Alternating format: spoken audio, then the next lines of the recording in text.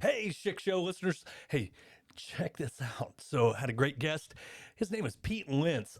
I don't want you to take off because you don't hear my intro, but you got to hear this guy's stuff. This is Art and Pete Kite and Key. It is from Art and Pete Songworks Volume 2. Check it out, and then we're going to get right into the interview.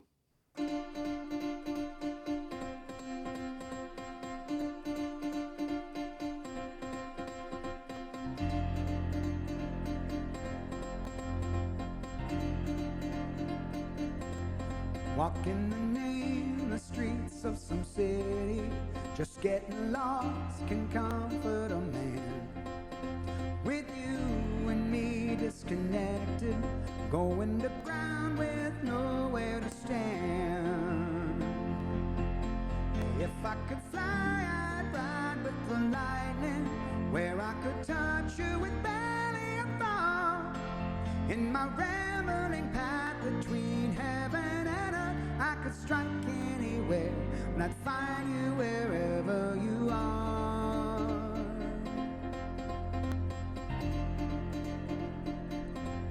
Been aiming high without a direction, settling low but hoping for more. A victim of natural selection, flying my kite and key in a storm. If I could fly, I'd ride with the lightning, where I could touch you with barely a thought. In my rambling path between heaven and earth, I could strike anywhere, and I'd find you wherever you are. Might even believe that we're entangled, our love's subatomic. Maybe we can feel what we can't see. Forever and ever, I'll be a fool for your foolish ways. Brighten the night that you called your day, light it with our electricity. Forever and ever, I'll be the charm that attracts your strange, turning you on to the spark in your veins, starting your heart with the charge that remains. Forever and ever, forever and ever, forever and ever.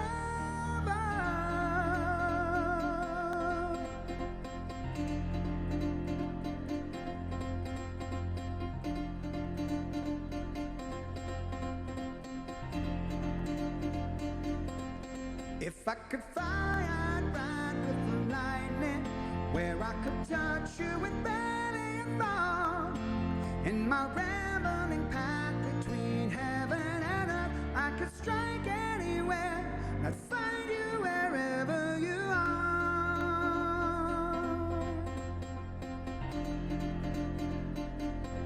Wherever you are.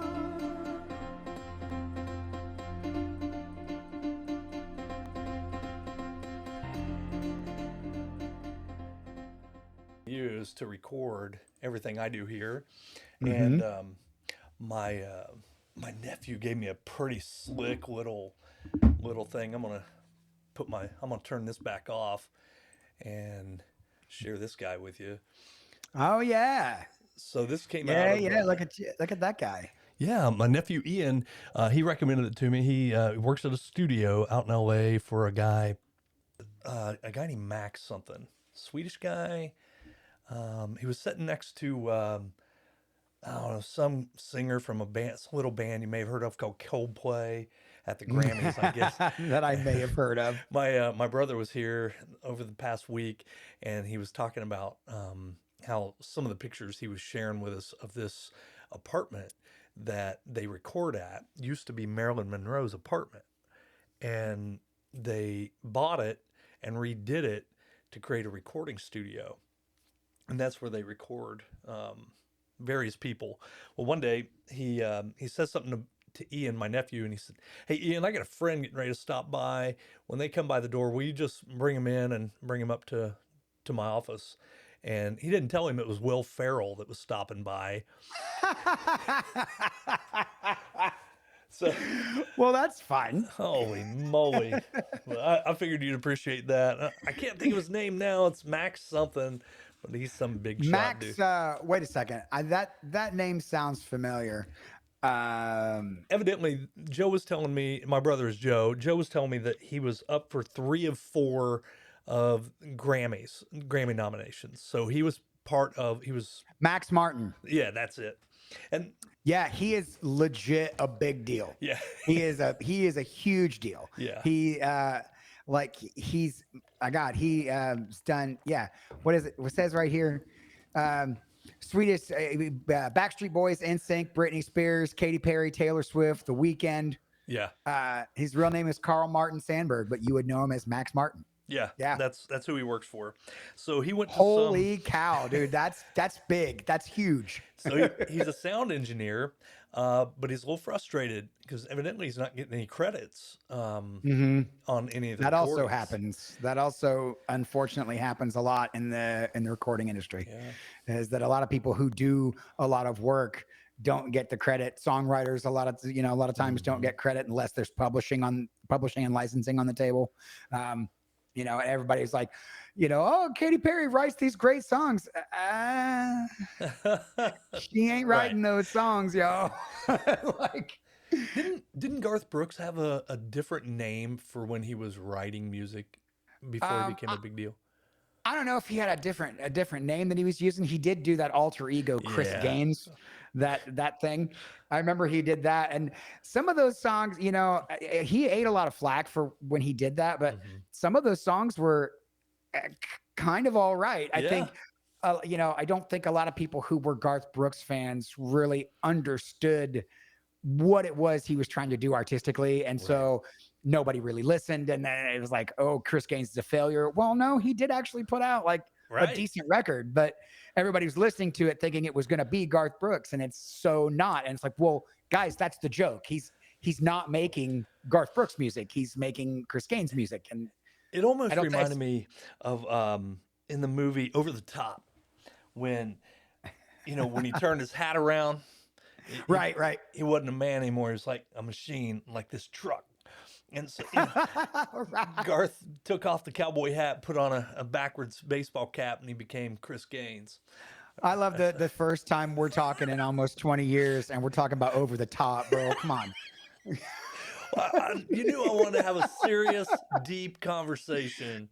Yeah, obviously, And this is the true deep dive right here. I mean, you This is gotta the kind of stuff you can only get on the Schick Show. you gotta get your fingers over your thumb. Bring it.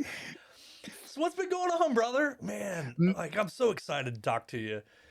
I'm excited to be here, man. I've been, you launched your podcast and everything, and I did start listening to it, and I think it's, first of all, I think your show is super cool. I love the Thank format. you. I love the people that you're getting on it. Like, it's nice to hear people like Corby and Oh, man, I love and Corey. Tommy and Jeremy and all these people that I haven't actually spoken to in a long time, and now hearing their voice and hearing what they're doing, Yeah. which is crazy. But something else that I noticed from the format of your show is that you literally are trying to be inspirational and thought-provoking in the content that you're doing and sharing your experiences from the multitude of stuff and roles that you've been over the last couple decades. I It's just can't sit it's still, man. I know it's like I'll sit there and laugh at you guys yapping back and forth because it's like, oh, we all went to school together and whatever. But then like you bring it home with like a GI Joe PSA message at the end, like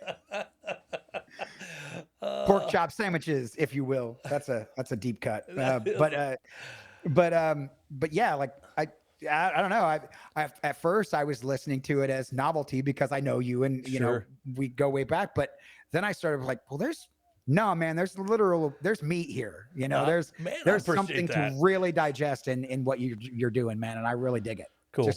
Just to get that, get the boot licking out of the way at the beginning here before. Man, I'm just having fun. That's all I'm doing. And I miss the performance in of being in a band, the artistic creative piece of being in a band, and this is a safe way for me to do it. Mhm. Um, you know, I'm old and I would get hurt, going out on stage Hey, now. come on now. Come on now. I just We're saw not that old. We're not that old. Go ahead. somebody put a picture of me. I think it might have been Mark Lex put a picture of me on Facebook, and it was me standing on a speaker up at Heritage Days in '96, and it was probably right before I jumped off that speaker backwards. And I Wow. just did a backwards. I was like, you know what? If I'm gonna hit, I'm gonna hit hard. And man, everybody caught me. And I think I was just as shocked by being caught as anything else. But What were you doing up at Heritage Days in '96, man? I was in a band called Bucket at the time, and Okay. we were doing metal covers and doing some Zombie and Pantera, a lot of Alice in Chains stuff with that band. We did a Zeppelin like melody or whatever it's called, a bunch of songs mashed in together. A Um, mashup. Mashup, sure, and some Southern rock stuff. We did like Train, and Oh, uh, that's a great song. I mean, we were having fun playing some covers and getting people to come out and watch and enjoy us. And man, I had a lot of fun with those guys. I learned a lot. I learned a lot about life. Definitely saw, you know, I come from a pretty innocent background in a way. We were broke folk, but I wasn't real experienced in um, lifestyles that had extracurricular activities. Yeah, Yep. there was a lot Yep. of pot smoking going on and other I'm recreational familiar. I'm things, and familiar. uh, this just wasn't something I grew up around, and so I learned a lot in that realm. I learned a lot about me as well. Learned a lot about what my my thresholds were. Where I would draw lines, and I was very thankful to be around people who respected that I would draw lines, and I'm thankful for that. It taught me a lot about, we have this. I think a lot of people have a predetermined decision made up about people who do any kind of recreational drugs, and they've decided that they are outcasts or something they've decided what they are, whatever that might Yeah, be. I you're don't want just to. a bad person. Yeah, If you do that, you're just a and bad person. yeah, and I don't want. I hesitate to put words in other people's mouths. You know what I'm Hmm. saying? Uh, Hmm. and I've learned that as an educator, that you just I don't know what they're thinking, but I generally thought that um, the most public view of someone who used some sort of illegal drug was that, like what you're saying, they were bad people. They Stay weren't away from. someone to hang out with. Yeah. Right. And are there some? Sure are. Sure are. Yeah. I've met But some there's plenty of bad people that don't do any drugs, man. 100%. And, You and know, there are a lot of great people who recreationally use, and that's their choice. If they get caught, they're going to get caught. Man, I speed in my car. yeah. There, I've been known to not wear a seatbelt. Yeah. you know so uh, does that make me a bad person? No. And is it on the same level as drugs? No. I get that, and somebody listening right now is going, that's not the same. I get it, Yeah, well, but it's funny that and I don't even know why I'm thinking about this right now. The drummer in my yacht rock band, we had a discussion about the difference between the letter of the law and the spirit of the law, in terms of there's you have speeding and stoplights, things like that, and then you have recreational drugs and mhm, whatever. And what is the letter of the law? Well, that all that stuff is just blanketly illegal, right? right, Well, what is the spirit of the law? Well, they don't want you to speed because you could hurt someone else. You definitely need to stop at a red light because you could go into it, potentially cause an accident. But if there's no one at any intersection and you roll through a stoplight, should a cop like get mad at you about that? It's like, I can literally see there's no one here. right, Am I gonna suddenly inch out into the intersection and, oh my God, here comes a freight train just all of a sudden? Like that's not gonna happen. right. And I kind of think that's the same way with stuff like, you can take marijuana versus cocaine, for instance. Like cocaine legit can kill people in large quantities. Marijuana, probably not so much. Both are Schedule 1. So Right. what is the spirit of the law versus the letter of the law there? And now I think you're seeing a lot of communities, a lot of states are passing a lot of laws now that are at least decriminalizing, if not outright legalizing marijuana. And Yeah. I think that the tide that you're talking about this is a bad person or whatever, I think that's starting to shift right now. And, Sure. Oh, you you know, remember when somebody had a tattoo? You were like, whoa. Yeah. yeah. Yeah. Oh my God. Oh my God. Why, tattoo, you must be gross. And now it's some of the nicest people I know are Oh covered man. head to Right. toe in ink, you know? When my girls came home with tattoos, Jennifer was like, "Oh no, they got tattoos. Make sure you get them somewhere where you can cover them up." Okay, I can still agree with that, but at the same time, I think our culture has changed to the point to where it's no big deal. You can see a Yep. tattoo. I still have some reservations about face tattoos. I'm not ready That's a to, little odd. yeah, That's a little I'm not odd. ready to say, yeah, put it, I'm not ready for Mike Tyson to be my doctor, which that's certainly something I never really even imagined until it came out of my mouth that Mike Tyson could be my doctor. You have an aneurysm. And What? I can't make fun of him. I can't because I miss you can't make fun of the way the guy talks. I misspeak on here enough, Pete, that I think I can because I make fun of me. So and Mike Tyson I think would even do it. He's in a commercial now with Evander Holyfield. Right? I Oh love yeah, it. they buried the hatchet. Yeah, Yeah. he's talking about how his ear tastes. Have you seen it? I've seen it No. once. Oh my God, I was dying. He was literally talking about the way Evander's ear tastes. He said, I know how you taste. Oh, that's weird.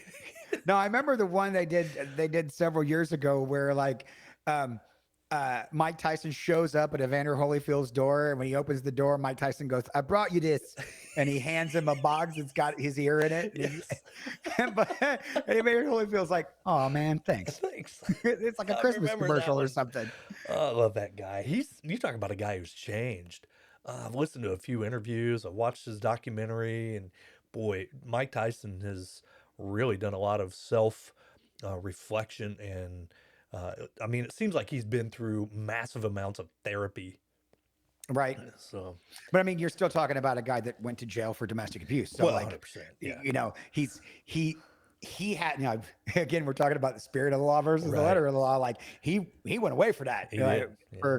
For Robin Givens, I Yeah. think was who the No, victim, or no, was it not no, Robin Givens? that was who she married. She was from here in Indiana. It was in Indianapolis that it happened. Oh, that's right. I That's can't right. remember her name now, but that's how that works. Sometimes it's like, well, we remember Mike Tyson, but we won't remember the victim. Right. Yes, Sadly, that is true, sadly. and that's pretty sad. I mean, I remember Mike Tyson from Mike Tyson's Punch Out. So right. like I never watched him. I never watched a boxing match, but I always remember you gotta outlast him for 1:30 before you can hit him. that was the code. That was the trick to beating Mike Tyson. Was it? See, Yeah. I've never been a gamer, so I just went in there to Marsh, and I would play, and I'd get my ass whipped on the game, and then On the Play Choice 10 was the name of that cabinet. It's called the Play Choice 10. It had Nintendo Entertainment System innards, and they loaded games onto it that were either popular at the time or getting ready to come out or whatever. Really? They put Super Mario Brothers 3 on there right before it hit. They put that on there. Mike Tyson's Punch Out was on there. Zelda, for whatever reason, because you're not going to get through Legend of Zelda in one quarter. That's not going to happen. But yeah, they used to. The Play Choice 10 was Nintendo's move into arcade cabinet stuff, so they could basically entice you to buy a Nintendo Entertainment System and play at home. That's So smart. Nintendo actually helped kill the arcade market. Yeah. I, unlike you, am a huge gamer, so I know all this crap. Hey, just yesterday I was at Ball State's esports lab, and they're highly competitive. And they have like six pro level players on their team over at Ball State. And, Oh, yeah. We were asking them, some different questions. We were in there looking at it for the furniture component because a lot of high schools are moving towards the esports, and but they were just talking about, and they've got kids that are making oodles of money, not oodles, but they're making a living while they're going to Oh, school. the prizes for a lot of those tournaments are ridiculous cash Yeah. prizes. They're huge. And I'm like you, man, a long time, like I scoffed at the idea of the esports and whatever. And then, all of a sudden, like ESPN is covering them now, like Right. ESPN is showing League of Legends tournaments and Call of Duty tournaments and stuff like that. And it's like, wow, okay, I thought it we're was there. so Apex bizarre. Legends, that's Like another one. watching my daughter liked watching her boyfriend play games. And Hmm. I thought that's weird. But on the other hand, there are thousands of people every Friday night going to watch football games. Every Yep. Saturday, 100,000 people packing into Michigan's, big house to watch a football game. Hmm. And Yeah, that's not an interactive sport. Like right. that's you sit there and watch that. I mean, sure, certainly the team can get charged up when they hear the roar of the crowd and whatever. Because as a performer myself, I'm a Oh, big sure. believer in reciprocal energy. Um, but they, other than cheering really loudly for your team and really hoping they sport harder than the other team, like you that's it. That's what you're That's doing. it. You're That's right. you're you're watching it. At least when you're playing a game, you are in control of that narrative. You are in control of the way that you're in control of the outcome. Yeah. And that's why, play I would and it sounds so stupid. I would much rather play Madden than go watch a football game, because at least when I play Madden, I know I can connect that pass. You know? That's awesome. I know the Steelers won't suck when I play with them. Oh, man. I don't know. Unless you got the bus back here, brother. I don't know. I always make sure I play legacy teams so I can Is still that have it? Troy Polamalu on it. Oh man, you gotta see the hair. There's another player out there that's got hair flying around now. I can't remember who he's playing for, and that's who I thought of.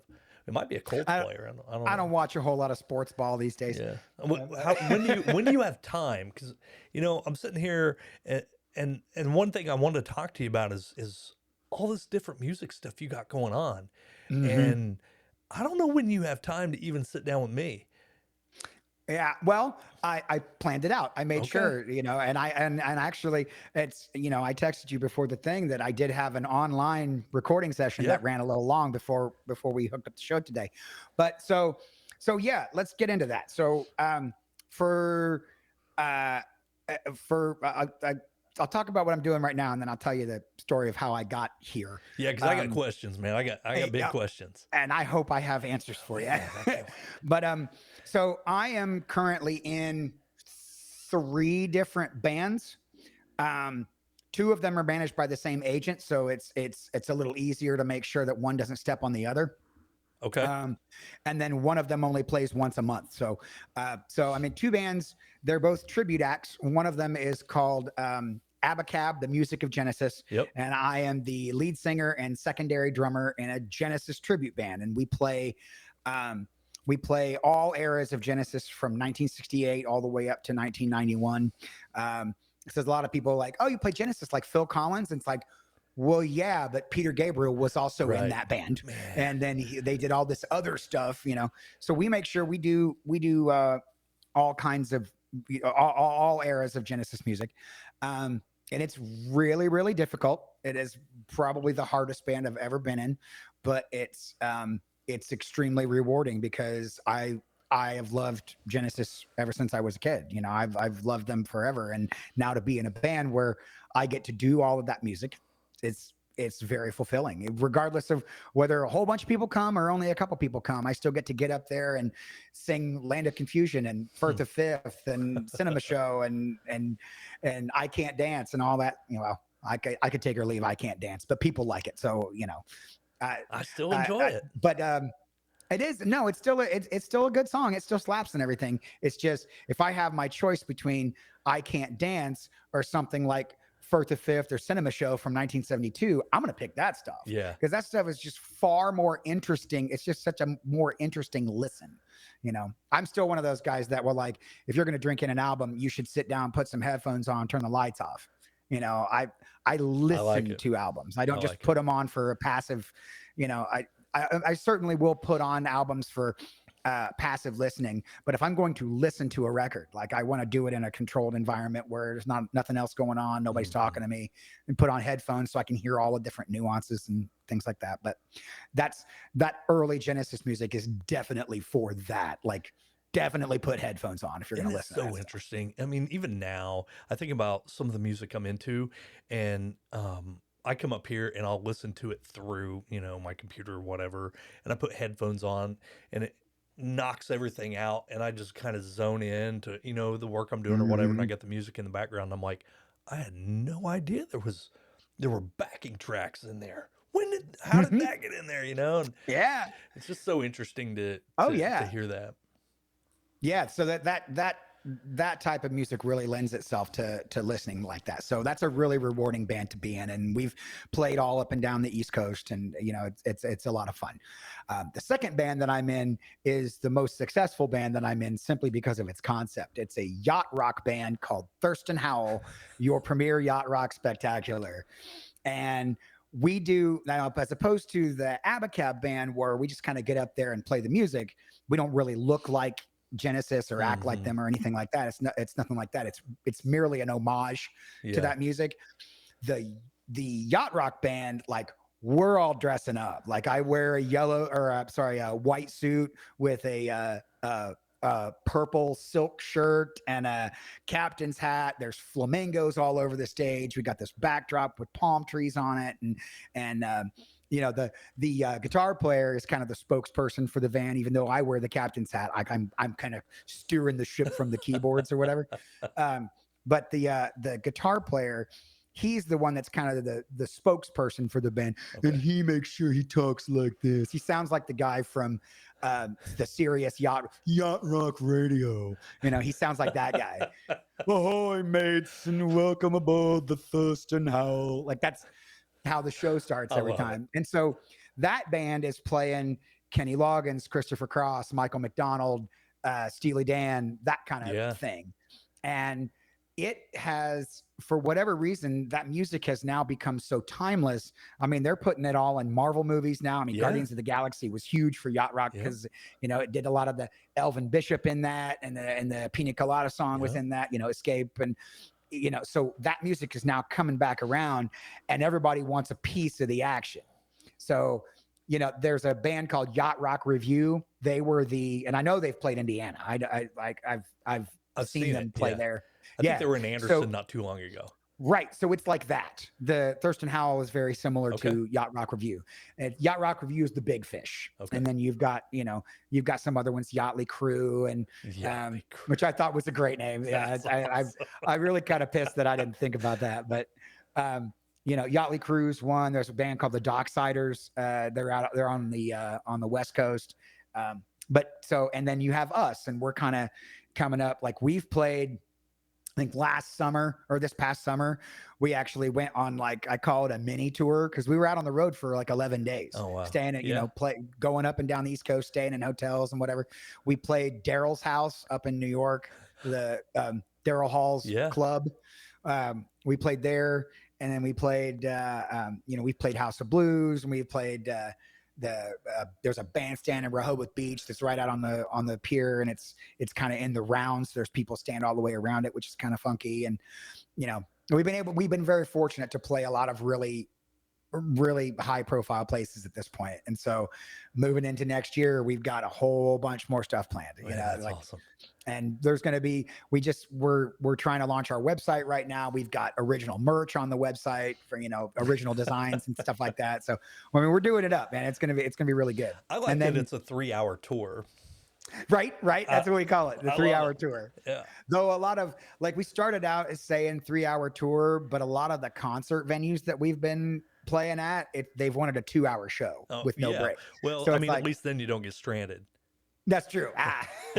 We managed to turn away from the island before everything goes Folks, belly there's a up. storm coming in. This is going to be the last call. Make sure you tip your bartenders and waitresses. Right. And then so that's Thurston Howell. That's the one that keeps me the most busy. And then once a month I play in a band called Monday Night Live that plays one Monday a month at there's a place here in Charlotte called Comet Grill.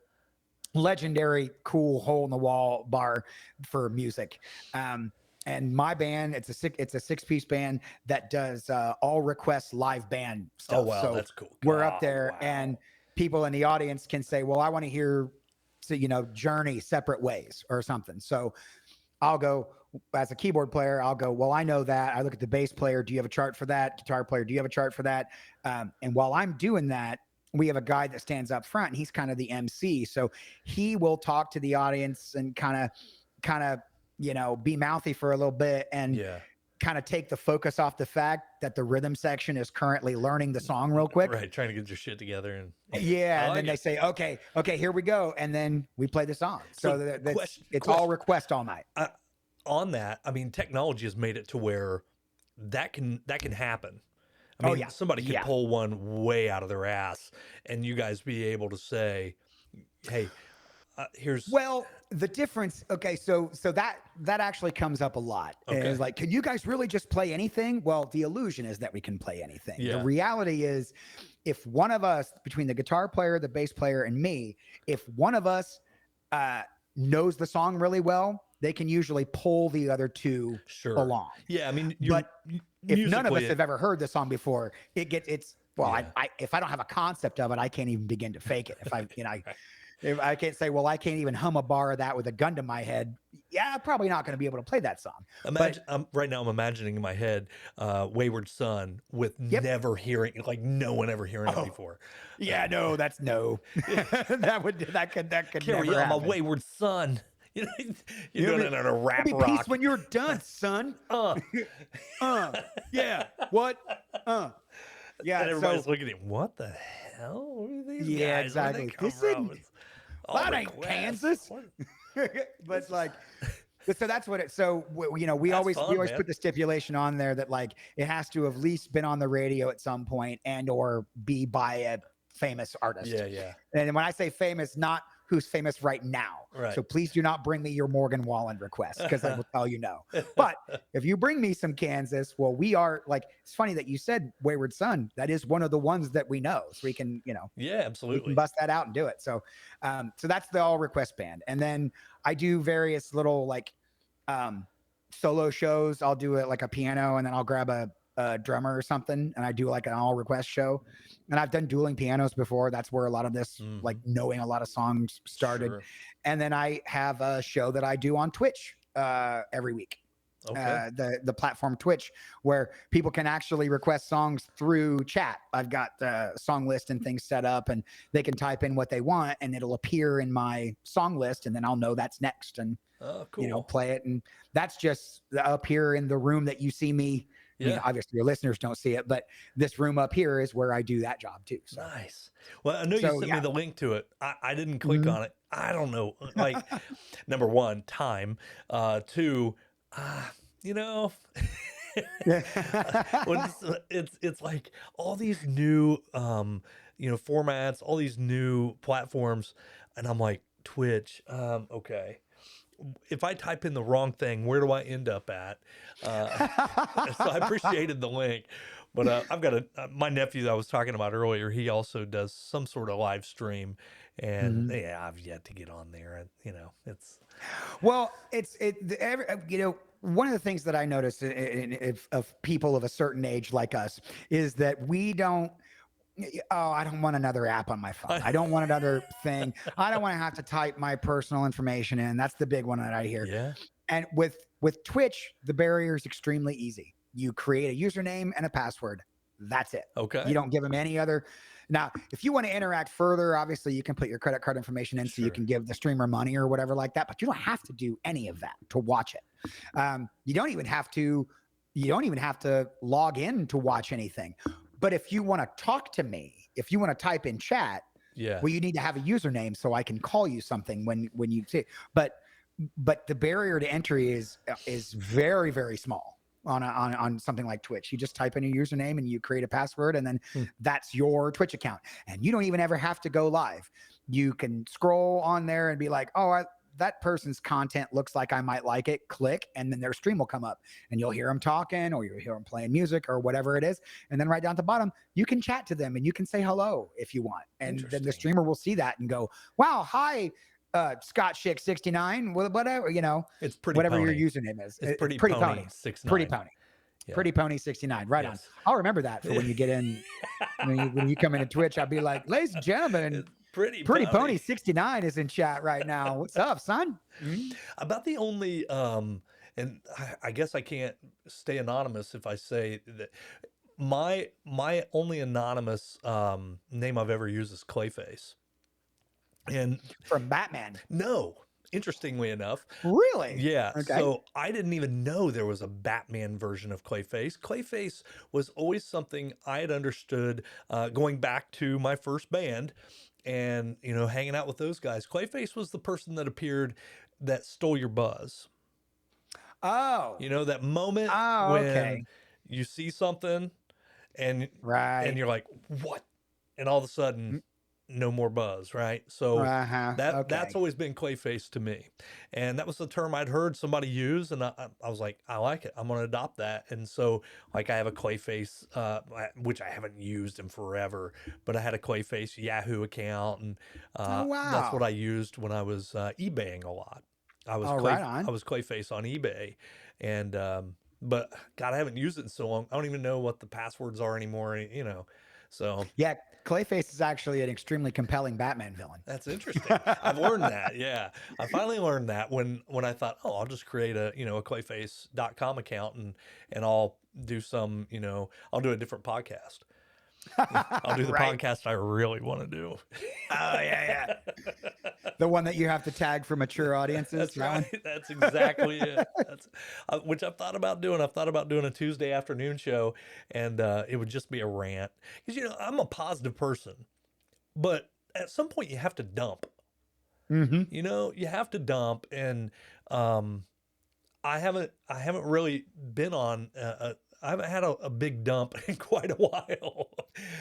You should probably see a doctor about that. Yeah, absolutely. I call those downloads.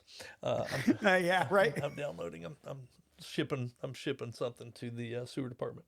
I have But to unload in docking bay too. so I want to learn a little bit more about Abacab or Abacab. Abacab. Okay, that's what I thought. It's named after the Genesis song Abacab, Yeah. Abacab, which in lore they called it Abacab because those are the letters designate the different sections of the song. That's what I was going to ask if they were the notes. Mm-hmm. Yeah. A Nice. B A C A B. They're the verse, chorus, bridge sections of the song. Oh, nice. Oh, And so when they interesting. wrote it out, they would write Abacab. Well, what do we call this? Well, Abacab. Well, then Yeah. they worked that into the lyric of the song, which doesn't mean anything. I mean, Right. if you follow the lyrics of that song to the letter, Abacab is like a little gremlin that steals your joy and wraps you in cellophane at the, when you wake up in Clayface. your bed and he's Clayface. He's Clayface. But so we took our name from that song. That's actually the title of the album that song is on as Yeah. well. Came out Yeah. in I do remember that. 1981. Abacab. Nice. So with that, I had a question, and it had to Mhm. do with licensing and Right. so do you have to pay performance royalties on that? How does that Uh, work? I've always wondered. no. Okay. Okay. So the way that works when you're a cover band, or especially when you're a tribute act, you are susceptible to whatever whatever policies that the artist themselves has put out into the world in terms of copyright. For instance, I'll give an example. Genesis actually likes tribute acts to do their thing. In fact, there's one that's actually sanctioned by the band called the Musical Box. They're super, super popular. They're regularly sell out their shows because they do period specific Okay. Genesis stuff. Like they dress the part, they use the original instruments, prophets and arp and all that, all those original instruments. They've got the film footage from the Lamb Lies Down on Broadway tour that they play behind them when they do stuff. And then they recreate specific shows from the band's live catalog. So they are that quintessential tribute act that when you go see and they look like the band. Yep. That's Yep. what they do. Okay. But so Genesis is all about bands covering their stuff. They like that. Now, if you turn around and try to make money on it, of course someone's going to shut you down because you're trying to and I'm speaking specifically in terms of physical media, song recordings, things like Sure. that. Certainly you can make money from ticket sales from people to come to see you. That's because that's what you're doing as a transformative medium, because you've put the time in to learn, rehearse, and play those tracks, and you've playing them live for people. They get that one experience. Yes, you can charge for that. Okay. But if we were to go into the studio and record an album of Genesis tunes and go to try to sell it, well, then we'd get in trouble, because now we're selling that work for the intellectual property. And yes, gotcha. Yes, and so that would require a license, which you could go get at I don't want to say relatively cheap cost, because they're not cheap, especially if the idea is for you to make money from the recordings. But yes, you would have to get a license for distribution and re-recording and all that kind of stuff. The way you get around it in clubs is that a lot of times clubs will pay dues to ASCAP or BMI. Yep. They're the aggregates for they're basically how artists get paid through their music. Radio stations have to pay them, all that kind of stuff. So clubs will also do that. And so because they pay their dues, it doesn't matter what band plays in their club, because they're now covered. ASCAP and BMI are being paid. The artist is going to get paid, however much from the performance, and that's all good. So the weight is taken off your shoulders to then do that. When you go to put a video on YouTube, for instance, and this is where the waters get a little murky, because of the Music Modernization Act and the DMCA, the Digital Media something Act. DMCA is the term that we as content creators get used, or that we use to say, well, I got DMCA'd. It means your video got taken down, or your video got demonetized, or whatever. When a band goes to put up a video of a cover, that video, now YouTube has a lot of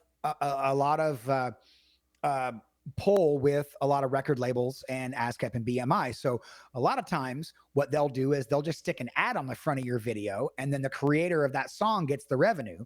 You personally can't monetize your video, but they won't take it down.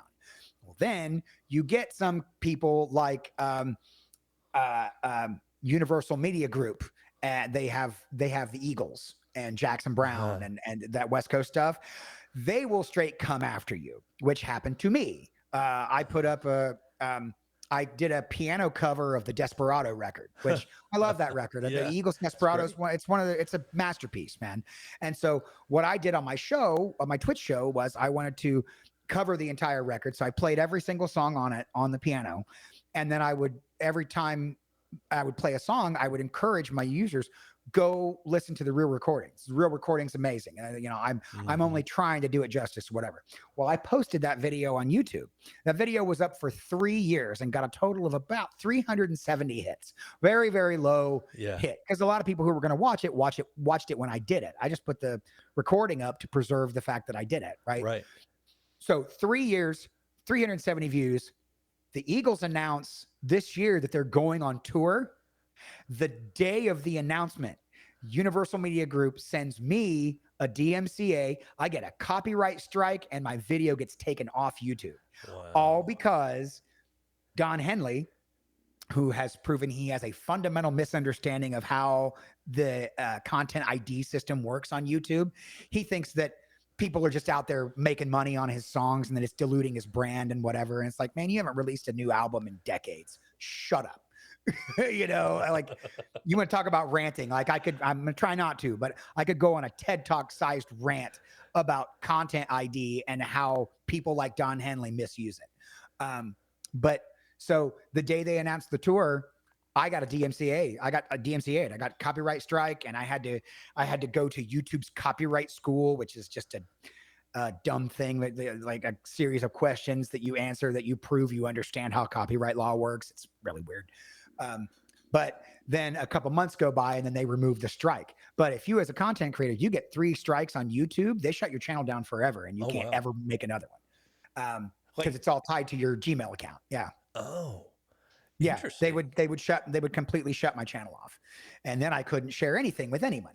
Right. So you do have to be careful when you're posting other people's work online It's interesting because of things like that. it's interesting you bring up Desperado because a friend of mine, Taylor Eversalt, he does a lot of busking down in Mhm. Madison, Indiana, and Right. he had just posted today that he got copyright striked by YouTube, and they took it off. And Mhm. he was going on a rant about Don Henley and the Eagles. You're making millions of dollars. I don't Mhm. think that my 16 listens on YouTube are going to affect your bottom line. Yeah. Now, okay. So now I've had this conversation with a lot of songwriters too that are trying to capitalize on their own original material, and they'll say too, they'll tell you they don't want, they don't want their stuff up on YouTube unless they can control the narrative, unless they can control how it gets put out, and that they Sure. can funnel the money back to them because that's their livelihood. That's what they want to do. At the same time, there has to be an exception for fair use. There's a YouTuber by the name of Rick Beato who actually has testified before Congress about the merits of fair use. That there has to be, and this is going back to the spirit of the law versus the letter of the law, there has to be a point at which you can reasonably assume I am not Don Henley. I am not the Eagles. My cover of Desperado on piano is not going to get more popular than the original cover of, or the original version of Desperado. It can be reasonably inferred that because I'm not those guys, I don't sound like those guys, I'm not any of that, that there's a case to be made for the fact that I should be able to cover that song, and so I get it. I get how people don't want their intellectual property messed with. I totally understand. That being said, there are some people who, like Don Henley, who have intellectual properties like Eagles catalog Mhm. that are very, very militant about stamping out anyone doing it because it's somehow going to dilute their brand or devalue the money that they get. And I'm like, dude, as if somebody is going to choose to listen to me over you. Really? There, I'm a there, nobody, man. Like, there is a cutoff somewhere. There's a year cutoff, and I was looking at it when I was talking to Scott Love about the history of rock and roll, and I think right now there's a cutoff, maybe 1926 or so. Uh, it's 80-ish something years, mhm, maybe 90 years. where songs begin to go into the public domain and there's Yeah, nothing you can do to stop that because the copyright can only be held for so long. right. Yeah, that's a And thing. and as you're talking, um, I just literally today was watching a thing about the song "It's Your Life" by who we think No Doubt. No Doubt didn't write that song. It was written by Mhm. somebody else. Now, I'm sure when they recorded it, they went through the process to Oh, get yes. the rights released and everything else. But you saying that my cover tune is not going to become more popular than the Eagles, hey, you never know. Yeah. Well, You're Pete I Lentz, mean, that is brother. true.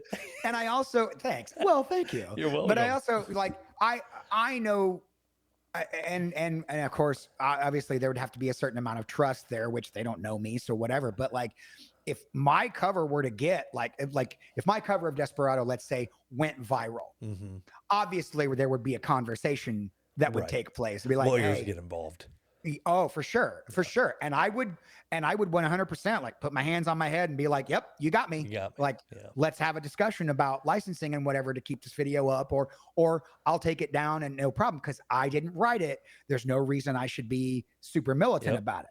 However, when you take the legal might of Universal Media Group and Don Henley and Irving Azoff and those guys that control that IP, and you look at a guy like me who has got 370 hits over the course of 3 years. I mean, the video's been up for 3 years, Right. and you're coming after me now. You know what I mean?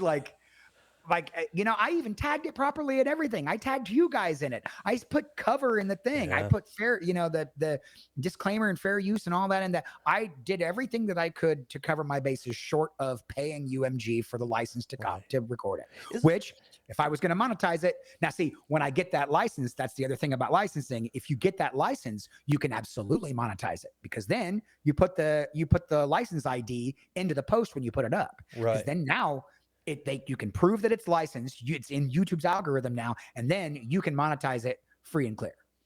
But you have to pay for the license first. Right. That's what I was getting ready to ask. So I started looking into that process. prior to posting that podcast a few weeks ago, and I'd held on to it for quite a while because I thought, well, I'll at least look into how do I get some sort of licensing to post someone else's music within my podcast, Mhm. because I want to make sure that, number one, I wanted to learn that process. Two, I wanted to make sure I was doing it right. But at this point, at one point, I was just like, you know what, the hell with it. If Spotify takes it down, okay, it's one podcast. Sorry, Scott Love, if you're listening, but it's one podcast, and if that hour and a half of content gets taken down, okay, Would you it know. get taken down? Did he play a song on the show I or? did. So Okay. I found some YouTube recordings of Robert Johnson and a couple others. Gosh, now I'm having a moment. Well, if One you of found Robert Johnson's stuff, I think you're safe. It's Like, 36. No, it doesn't fall within the oh, eight. well, Yeah, oh yeah. yeah. So, but Wow. Okay. I did look up to see who owned the rights to it, and at some point, you're like, how do I keep chasing them down? I would have to hire an attorney to chase that down to find out who to even contact about it. So I was like, ah, the hell with it. I'm just going to post it, and if I get nailed, it's a great learning experience, and then we'll go from there, and I'll Hmm. talk about that. I'll talk about what happened. Yeah. You're talking about your Hmm. YouTube. I've got a book. I've done a few book, like picture book, read alouds, and they're all very, Nice. one of them is The Relatives Came, and it's on my YouTube channel. And The Relatives Came has had right around 10,000 views on it. Um, and man, it was a project I did at Ball State. I absolutely love the book. It's one of my favorite books ever. And lo and behold, one of the pictures in it looks just like one of my great friends down in Madison named Dan Grill. Uh, the guy looks identical to him. Um, it's so bizarre. And I didn't know it until I was watching it with a student, like a junior high student, listening to a probably third grade book. And all of a sudden he goes, "Is that Mr. Grill?" And I'm like, oh my God, I had to look back. And sure enough, it looked just like him. But man, that thing has like 10,000 hits, but it's labeled as a children's book. I don't think I can monetize it at all, which I had no intent of monetizing it. I would like to do more of that quality in the future as I get more comfortable with recording in my setup here and creating video. I would love to do more read alouds that I can just push out to teachers for them to have content, some Hmm. Cold Cop winners and stuff like that for their kids to just listen to, and to have that Yeah. that page in front of them, and somebody that cares enough to read it with some meaning. And I'd love to do a lot more of them, but I think that with something like that, you would have to obtain a transformative license, because you would still be reading somebody else's yeah, book. yeah, It's somebody else's content, so you would still be reading that content. It's not a big deal if you're sitting in the class reading it to them, but the minute you record it and you transfer it to another medium, there's a license involved in that too. And which, if you want to keep it for yourself or put it on your own YouTube channel, that's whatever. But the minute you start pushing it to schools, right, I don't know how long yeah, you could get away with that before, yeah, which but is something that I haven't kind of done. license is probably, I think, easier to obtain than a transformative music license where the waters get really, really Oh, I'm murky. sure. Yeah, um, uh, with in terms of music and how it's used. I think books, especially a children's book, is probably a little less more lightly guarded, I would say. yeah, Um, it seems to Fortunately, in the be. music space, there's a lot of there's several content creators that are releasing DMCA free music that are just music that they just kind of write and put out. There's a guy, his Yeah, they name's promote that to Harris us. Heller. Yeah, they promote Uh, that to us as podcasters to use for our opening, our intros and mhm. different musics. Yeah. The guy Harris Heller, he was alpha gaming on YouTube for a long time, and he created his own channel. He used to stream on Twitch as well, but he created a company called Stream Beats. Because he's also a musician, and he just sits around making beats and making music and making this and Hmm, that, and he'll just record like a song a day and throw it into his Google Drive. that's And pretty if you cool. want it, you can just go get it. Last year, I downloaded the entire Stream Beats catalog, zero money. I paid zero money for that, and I get it free and clear. I can use it in any production that I want. And there are Wow. thousands of songs in there that you can just put on a loop and put in your content. If you want to do it on when you're streaming on Twitch. If you want music in the background or whatever, you can put stream beats on and you will not get yelled at. That's the entire reason he created it. He gets his money from ad revenue. Gotcha. So He doesn't stream. get any stream beats. So Stream STREAM. EAM. Yep. Okay, beats. BEATS. Gotcha. You can download the entire catalog tomorrow if you want. Wow. And you can put it on whatever. Probably find a good rock song on there to be the new Chick Show theme or whatever, or Not gonna happen, music man. to play in the background. Yeah. So the music in my intro and outro are from my band Cuffed. So yay. Fortunately I had, we've got 6 songs we recorded and that we had copyrighted. We did the whole, send it in there you go. to copyright and put it in the library and so I utilize that. And I've thought about putting it on YouTube. I've had other people say, put it up on YouTube, create a channel. I'm like, yeah, I will. No, it hasn't happened. It's just one more thing I got to do, Yes, it is. It's and one more unfortunately, thing. the one more thing you got to do is the thing that is the barrier to doing anything. Yeah. Yeah. And then I'll be going, oh, how many streams do I have?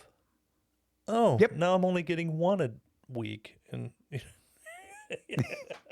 And then you become a slave to YouTube's analytics. Oh my God. I'll tell you, the first few weeks of my podcast, I was stuck to the podcast by Spotify. I was stuck to that app, just looking through it, going, "Ooh, how many listens did I get today?" And it was pretty cool to watch that, and you've experienced that, I'm sure. And now it's kind of like, all right, what did I get last week? And I look at it maybe once a week or something, just seeing how podcasts go. And it's interesting. Like I did a solo podcast last week, and nobody's listening. It's like, we don't care about Schick's ancestry. He came from a monkey. No big deal. We want to see who he's got on. Who's on his show? Who's on next? But then when and people post it on their social media, and people want to check it out, and I'll see a spike, and man, that's interesting to me. And I'll send messages to them, and I'll say, man, you like Corby jumped into my top 10 very quickly. And that was a fascinating podcast. I can't as wait well. to have her on the again. episode with Corby.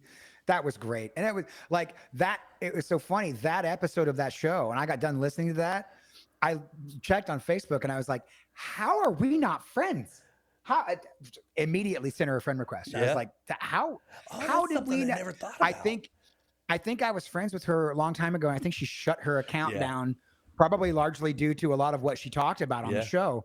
And then re-put one up, and I never reconnected with her. So after that episode, so that's what you did, Schick. You reconnected me and Corby. See, that's what I hope to do. That's what I hope to do. Hopefully, I was thinking about Erica Wyckoff, and she has this invention she's created, and it's a learn to golf tool that she's invented. She has a prototype. She just hasn't done anything with it. I'm like, gosh, do something with that. You were passionate enough about it to create it, to spend the money and the time and the energy to put that out there. Other people are going to appreciate it. Heck, if it's only 3 people, I think there's value in that for us. Like my podcast. Hey, you know what? I did it to share. Originally, it was just going to be me talking, dude. I have a book full of ideas, and it was just going to be me talking about them. And then I had a couple guests come in, and we started talking. And I thought, hell, I'm sharing stories that I wanted to share, and I don't have to sit here and talk the whole time. This is so much easier. That's actually one of the things that I liked about your show. Not to sit here on your show and gush about your show, but like, oh no, stop. Go ahead. But the idea that when you have people on, you actually are a very good interviewer, because you spawn questions and then you just let people talk. That is legitimately the best part about being an interviewer, is to let people tell their stories. Then you tell relative stories, that gets on a tangent and blah, blah, blah. And eventually information comes out, right. It's great. I mean, we started off jabbering about something. I have no idea what it is now. And that's what I love about it. And that tends to be how my life goes. It's like, I worked in a factory for a while. I was in a band, a DJ, and ran sound and lights for people. And hey, how about this whole teacher-in thing? Oh, wait, not yet. Let's go repo cars. You know, let's do that for a while. Okay, it's not fun to have Right? guns in your face. Okay, Yeah. maybe teachering. Maybe teachering is fun. Okay, this has been good. I can do Not that whole fun to have principal thing. guns in your face. It's not as fun as you Welcome to think. Self-Evident Truths with Yes. Scott Schick. I was a nutcase. I've got a whole book of stories to tell about that job. It's not time for that. I need to know Mhm. this. So Okay. I need to know about your family. You're Yeah. married, you got kids. Mhm. Did I read you have grandkids? No, I do not Okay. have grandkids yet, Okay. thank God. All right. How No, old are your I'm not ready for kids? that. 12 and 15. Okay. I didn't think your And kids were that old. yeah, no, I didn't I we did I didn't chase down being married when I got done with high school. Like I know a lot of folks from our school married their high school sweetheart, you know. You Uh, did. Not no. Interestingly enough, Really? Jennifer and I never dated in high school. I, No our kidding. freshman year at Ball State, I was there a very short period of time. I took a 6-week tour of Ball State.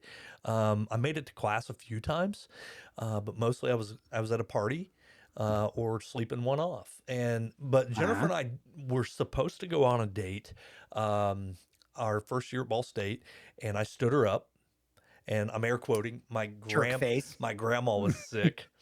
I was Uh-huh. terrible. Like, why did she continue to think I was a good guy? But and she, her and I just kind of stayed peripheral, view of each other, and it wasn't until we were 22-ish that we started dating. Maybe 21, Really? 22, but yeah. Yeah, That's why you so guys were in the same graduating class, weren't we you? were, yeah. Yeah. And she claims that, she knew we were going to marry, and I was her dream guy. And I'll continue to let her tell that story. Nice. But No, she is my saving grace, Pete. I'll tell you that. I'm glad that we stayed the in women in our contact. lives usually are, man. Oh, They brother. they they usually they have a way of keeping us grounded even as we're out here trying to do our dreams and Oh, whatever, you know. God. They have a way of keeping our feet on the ground while our heads in the clouds. And Well, you my say it wife that certainly way. does that for me. I've always thought that she keeps my feet on the ground while my head's up my ass. So Yeah. it's a different cloud, brother. It's two I'm clouds. learning so much about who you are now, Scott. I love it. So you're married, got kids. Mhm. All right. Yep. So I met my wife at I met my wife when I was, God, how old was I? I was in my 30s, I think, Wow. or close to it. We no, I would have been like very late 20s, almost 30. 'Cause she and I have been married for almost 18 years. Or no, sorry, 16 years. Woof. Congrats on Want that. to make sure I get that right. Want That's to make right. sure I get That's that right. Well, I met her at a dueling piano bar. I was working at a dueling piano bar in Florida called Jelly Rolls. It was on Disney's Boardwalk. I love it. So I was essentially a Disney employee. You know, Yeah. I had a lanyard and I could get in free to the parks and all that, which was kind of a trip. You know, coming from Indiana where we get to Disney World maybe once in our lives, Yeah. right? And then I go down there and work and I can just go there all I want, right? That was kind of fun. But she was a food and beverage manager at the Magic Kingdom. And at Jelly Rolls on Tuesday nights, they had what they called cast member night because all the employees Yeah. at Disney World are called cast members. Yep. So cast members got in free, and that's where they would come to party hard and whatever, and sleep one off the next day and go to work on Wednesday, right? So I was actually for the first few months of my employment at Jelly Rolls, I was forbidden from playing cast night because I didn't know enough songs to be able to get by. Oh. And so once I had learned enough songs to be, because cast member night's very high pressure. I mean, it's newer songs and they want to sing and they want to dance and they want to get to the next song as fast as you can. And that's how you're going to get tips. Yeah. You know, not a lot of dead air. You're not talking to them a whole lot. You're just rifling songs. And so I needed a catalog to be able to do that. Well, when I did finally have a catalog, they let me go do it. And I saw this girl in the audience was kind of checking me out. You know, when you were, you know, young and stupid like I was, you kind of, you know, who who's it going to be tonight? Who am I going to hook up with tonight? Am I going to hook up? I don't know. And when you're a musician, that kind of, it kind of happens to you. So I saw this girl checking me out, and I went down. I was like, this is going to be smooth, right? This God, is I can't wait. this is how I'm going to talk to her. So I smoked cigarettes at the time, and don't smoke cigarettes, kids. But I smoked cigarettes at the time, and I'm like, I know she smokes, so I'm gonna ask her for one. I'm gonna go ask her for one. And I said, hey, can I bum a smoke off you?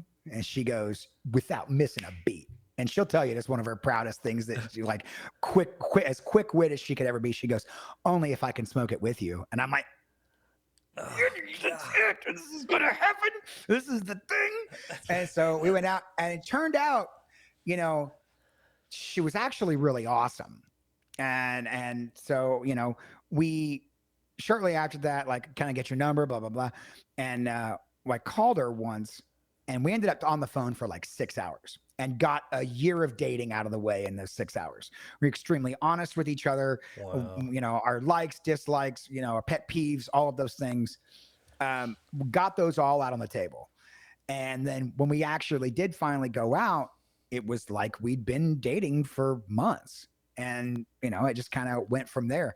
The moment I knew I was going to marry her, where we were hanging out in my room, and at my house, I had my room decorated with Star Wars figures that were still in the blister pack, right? Yeah. They were still on cards. That's right. And I had them tacked up around the ceiling of my room in order that they appeared in Star Wars canon, right? God, that's awesome. So yeah, I'm super nerd. So I'm thinking, whatever. There was this one action figure that Hasbro released ahead of Star Wars Revenge of the Sith, when the third prequel movie came out. They had released a figure before that, and it was Anakin Skywalker. So it was Anakin with the robe and the blue saber and everything, but the package was labeled Darth Vader. Now, if you remember the movie, he changes into Darth Vader before he gets the suit, right? So he's still walking around as Darth Vader with the blue lightsaber, and he's got the Sith eyes or whatever, but he's still in the outfit. So I have him, because he's dressed as Anakin, I actually have him up on the wall in front of General Grievous, because you see Anakin as Anakin in the films before you see General Grievous. And we're sitting there, and she's looking up at the ceiling. She's looking up there. I'm like, what the hell is she looking at? She goes, that's Anakin after he becomes Darth Vader, right? And I go, yeah, good eye. That's a good, that figure's worth money. And she goes, shouldn't that be after General Grievous? Because when General Grievous appears in the movie, he's not Darth Vader yet. And I went, I'm gonna marry this one, because she knew that. That's so awesome. I already think she's dope. And then she points out a flaw in and I'm a Star Wars historian, so she can point out the flaw in my logic. I have to lock this one in. I have to marry this. So good. That's it. So that was now, Kristen and I technically met before the cigarette story. I had played a Tuesday, and then went several months without playing another Tuesday without her being there. And then I played the Tuesday where I asked her for the cigarette. But the story is much more succinct if I don't tell that part. No, if I just tell the part where we do the cigarette thing. So, but yeah, the thing about the Star Wars figures, that's 100% true. That's 100% so good. And that was the impetus for me deciding I wanted to marry her. And then once we got married, it was like, I was in my 30s, and it's like, we're not going to wait. It's kids now. Yeah. Let's do kids now, because I'm not getting any younger, and I've already married you. We're already locked in. So kids now. And I love it. So that was immediate. And then Garrett happened. My son was my firstborn, and he was born in 08. And then, was it 08? Yeah. Oh, yeah, it was 08. And then my daughter was born in 2011, and Garrett is a sophomore in high school now, and Cass is a 7th grader, and they both go to Porter Ridge here in Charlotte. Nice. Or Indian Trail, I guess. Yeah. And It's been a trip watching him grow up. Garrett is now he is in the percussion pit for his marching band, Oh, and he is running varsity cross country as a sophomore because he was putting up good times, so they moved him into varsity. nice. And and he's an online creator too. He does art camps through an app called Discord, which is Okay. Discord's a basically a chat app. You can create your own Discord with different chat channels in it, but then you invite people to come to be in your Discord, and then you can watch movies in it. You can do conference calls. You can do ton of things you can do with Discord. I have one too for my Twitch show, but he's been doing these art camps where they'll do like art challenges, and people will submit like pictures of this art that they've done, and the community will vote on them and whatever. And he's been running that. That's something he's just doing for fun, and he's actually built it into a community of like-minded people. So Wow. a lot of times we be like, Garrett, quit playing video games. He's like, I'm judging my art camp. And I'll be like, all right, well, I can't say anything about that. Like, that's a really cool endeavor that you're doing. And so my daughter is she is uh she is just trying to navigate life. She's a very quirky girl. She's into anime. She likes to wear different color shoes and whatever.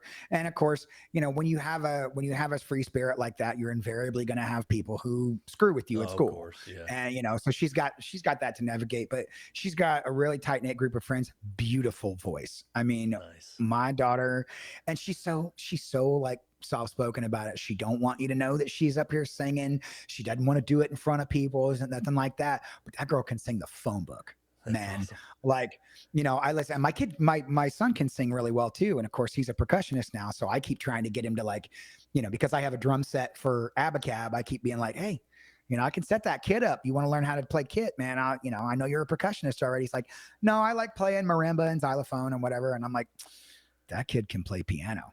Like, because if you're a percussion That's player right. that knows how to play bells, like you already know what notes are on a piano. So it's like, well, you can, here I am trying to teach my kids side hustles, Buddy, I'm for telling you. music side hustles for when they grow up. It's, But it sounds very familiar mm, with my kids, and just listening to your stories, man, bringing a lot of memories back up, brother. I'm sitting here, I got like goosebumps everywhere. You get that whole tingly. My ears are doing funny things. I love it. I love that, man. When you got those kids that are creative, mhm. Oh yeah. run with that. Oh Run yeah. with it. My daughter is actually an amazing artist as well. Like if I could pick one thing to talk about her about, it would be the fact that she is an amazing artist. Like she's got this eye for detail now, and you'll catch her every once in a while practicing techniques, not just drawing pictures, but Yeah. like she'll work on eyes.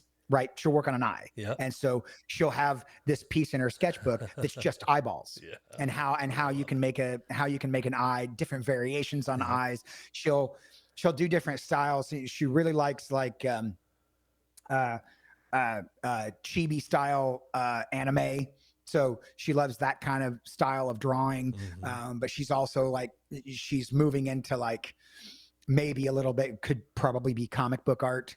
We got her she has an iPad. She wants to put Manga Studio on it. And I'm like, first of all, that program is extremely expensive. Second of all, I think it would crash your iPad. So we need to get you something a little better if we're going to put Manga Studio on it. But I have no doubt that she would, like, it's so wild to watch her with an Apple Pencil and this drawing program that she's got. She'll sit and do a sketch in waiting in line for something. I can't even remember now what we were waiting on, but she was actually in line with her iPad doing a sketch, and people behind her were watching her work. Oh wow. Like they were watching her, and she'll use her fingers in conjunction with the pen on the same hand that she's holding the pencil to turn the image so she Yeah. can see it a different way. So she'll hold the pencil with her thumb and first finger, and then she'll turn the image with the other hands just to try to get it just right so she can see it, and blah. And she'll get she's really good at getting the colors, and it's just fascinating to watch her work. I did not expect a 12-year-old to have that much command over that type of an art app. Yeah. It's fascinating. And I'm like, baby, we turn 13. We're going to get you an Instagram account. You can start putting your stuff up on Yeah, that's Insta, cool. She's already messing with Discord. So um, she's already sharing stuff with her friends and whatever. But it's like, she actually, Kristen and I wanted her to be in band, because we kind of wanted her to be, the Lents kid legacy is you're all in Sure. band and whatever. Sure. She was like, when she found out that if she was in band, she couldn't take art, that was it. Yeah. She was like, nope. She's like, I want to draw and learn art techniques way more than I want to learn how to play the clarinet. So please, for the love of God, let me quit. And we were like, okay. So we pulled her out of band and she immediately went into art class and she's thriving. Good. She's thriving in it. So I think that's the direction she's going to take, is the artistic side. I had a boy. You were talking about her drawing on the iPad, and for my listeners that, well, all my listeners can't see me. So for all my listeners that can't see me, so funny. There was a boy at Oak Hill, and he would draw at lunch every day on his iPad, and he had this sleeve or this glove that covered part of his hand, that made it to where he wasn't dragging anything extra onto what he was drawing, so he could be more precise or whatever. And I'd never seen anything like that, and I had to sit with him and just ask him, what's going on, what are you drawing? But I loved interacting with the kids in that way as an educator. I love doing lunch duty. Like Cass actually made her own that glove that you're talking about. Yeah. She has a little mesh that covers up her hand. Nice. Yeah, nice. Because I know that, number one, I don't type. I'm still a check, hunt and peck type person. Right. But I can hunt and peck very quickly. So can I. That's how I do. Developed my own typing style. But as I do that, I drag, so you hear a lot of key noise, and it sounds like I'm typing 1,000 words a minute, but it's really me just dragging my fingers across 6 keys to find to find one. Everyone's like, "God, Mr. Schick, you really type fast." I'm like, "Yeah, A, I know. Look at me. I'm so awesome. C, D. Well, that's great stuff. So I got to share this. So you were talking about that moment when you were like, "I'm going to marry her," and my mind started racing back to, Jennifer and I had dated, and we were kind of off and on again for a little bit. And at one point, I was singing in a band, so I was gone, a lot. We were either rehearsing or playing in the evening. So I'd work through the day, and then, or, midnights, and then Friday night, Saturday night, we were playing. And then Sunday was usually recovery, so on and so forth. So we were on an off again moment, and I left her a note. She left me a note. I left her a note, kind of thing. This was back before texting and all that fun crap. And I said, if you want to talk to me, find me. And she broke into my apartment and was waiting on me when I got home one night. I was out with Darren McDermott. I'll never forget. I walk into my apartment, and I'm like, somebody's in my apartment. Like, I could tell somebody got in my apartment. So I'm on, the spidey senses are going, and we walk in, and there she is sitting in the living room. And I'm like, "What the hell are you doing here?" And she goes, "You told me if I wanted to talk to you to find you. Well, I found you." I knew, okay, this is my girl right here. That's this it. is my girl. Yep. And ever since then, we've been locked in, and we didn't do all the 6 hours of phone call or conversation about pet peeves and stuff. We do that now. Part of your relationship now. Yeah, dang it, man! If I'd have known there was a cheat code, we would have got that out of the way years ago. That's a pet peeve of yours. Like, I'll sit across from her now, 20 plus years, 25 plus years later, and I'm like, that's a pet peeve? I didn't know that bothered you. I do that every day. Well, now I'm going to keep doing it. Now you know. Now I'm going to keep doing it. It's habit. That's great. Oh, gosh, okay, so I promised you I would tell you the story of how we got here. At the top of the show, I said we'd talk about this. And man, you're right on. Like, it's so interesting to me how my show gets so far off, but we are right on. So my next question was, what inspired you to follow your dream? And I'm, before I talk about this, I want to address the follow your dream comment. when I started listening to your show, I listened to the initial one, or not the initial one. There was an episode that you did about following your dreams. Okay. And about do what you need to do to achieve those things, because that's ultimately what's going to make you happy in life. Right.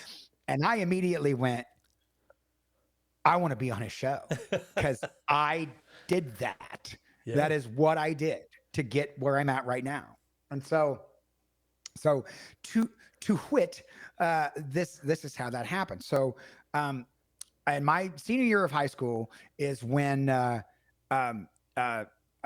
Dr. Turley, who recently passed, unfortunately, yeah, that's just that hit me real hard, man. Yeah. That because of this story I'm about to tell.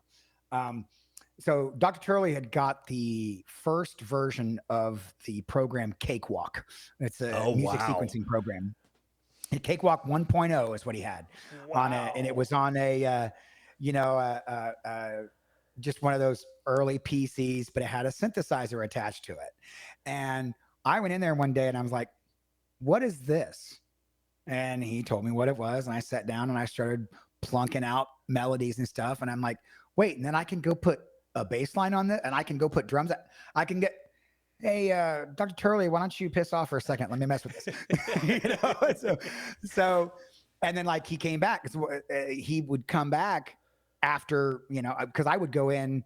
I started going in after school, because the teachers, being a teacher, you have like an hour or something after the school day ends is when you do all your admin work at the end of the day, right? Before you officially clock out and go home. So he's just in the choir room. Well, I would just go in there. Hey, can I work? And he'd go, yeah, till I'm done. And so I'd get maybe an hour or so to work on this stuff. And I would just sit down there and crank out tunes, crank out electronica, Before EDM was a thing, I was in my high school making it, right? That's so awesome. So I really developed a love for music because of that. And if it weren't for Dr. Turley letting me do that, I don't know that I would be here. So that love translated to, well, now I'm going to go to school. I'm going to go Ball State, and I will major in music engineering technology, because it's essentially what I'm doing in this room. And I'm going to go and I'm going to do it for real. And in my first year, right out of the gate, I didn't even wait. I had that summer, and I graduated in 94, and then the winter of 94, I was at Ball State. It was immediate. I didn't wait. In retrospect, I totally should have. I totally should have taken a year and figured out what it was I was going to do, because I was not ready for the college life. The first thing that happened was I had, when I got my schedule back, it was music theory, which is one of the hardest classes at Ball State. It was music theory every day at 8:00. I had a Monday, Wednesday, Friday, 8:00 class, and then Tuesday, Thursday, 8:00 lab for music theory. Mm-hmm. So that really didn't, that really put the kibosh on my social life, which you'd think that would do that, but I didn't stop partying, which is ultimately why I flunked out of college. But so I had all these music classes and everything. So one day I got done with the class and I'm waiting until the next class. And it was like 2 hours. I didn't want to go home and then come back to school. Mm-hmm. So I just kind of hung out in the student union at Ball State. And in the library of the student union, there was a piano. So I just went up there. There wasn't anybody in there. I just started plinking out some Elton John, Billy Joel stuff, and just kind of wasting time, right? And these people started coming in, and they started setting up tables, and they started putting tablecloths and all this stuff. And they started we're setting up for an event, but no one has come and said anything to me. No one's told me to stop. So I just keep doing it. And then they've got the centerpieces up, and they've set up a podium with a microphone and all this stuff. And then this guy comes over and he goes, so listen, we've been listening to you play, and we have an event in here that's starting in just a few minutes. Now we'd like you to be quiet during the event, but then at the end, would you mind playing some stuff at the end of it? And I'm like, dude, I knew 12 songs, right? So, and I had literally just played them all, right, while these guys are setting this stuff up. And I go, sure, what do I have to lose?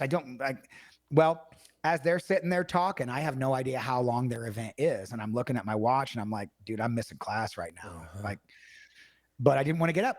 I didn't want to get up. I was like, these people asked me to do this thing. And, this might be an actual, like, music thing that I could do. So I'm going to stay. I'm going to hang out. And I'm like, I just missed my speech class. I just missed it, the whole thing.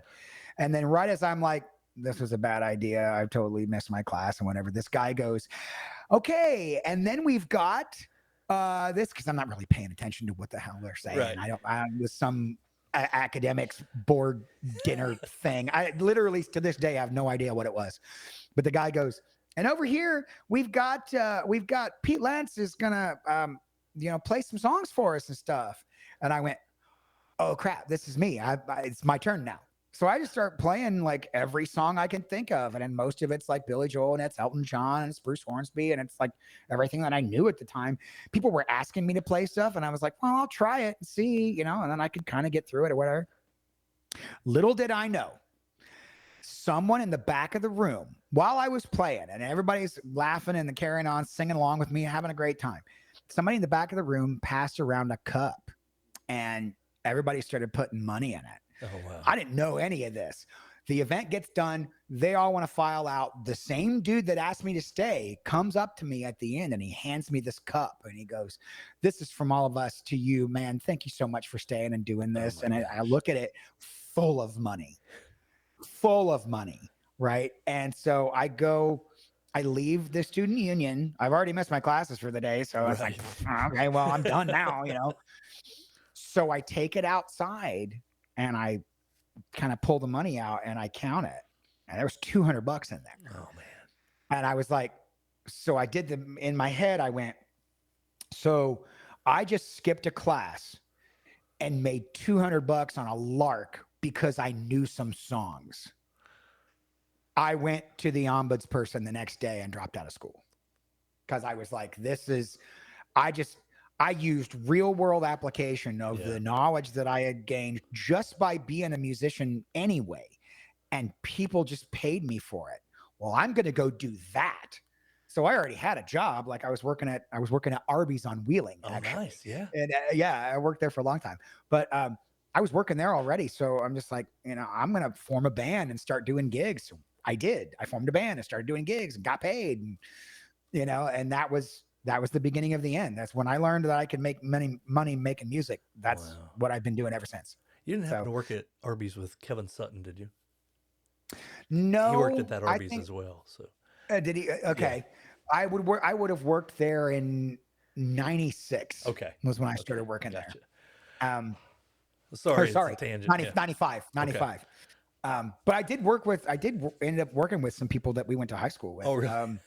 Yeah, I think Chad Hall worked at that. Oh, wow. At that Arby's for a while. Yeah. I think he's married Carrie Willman. I think her name's Carrie Hall now, obviously, but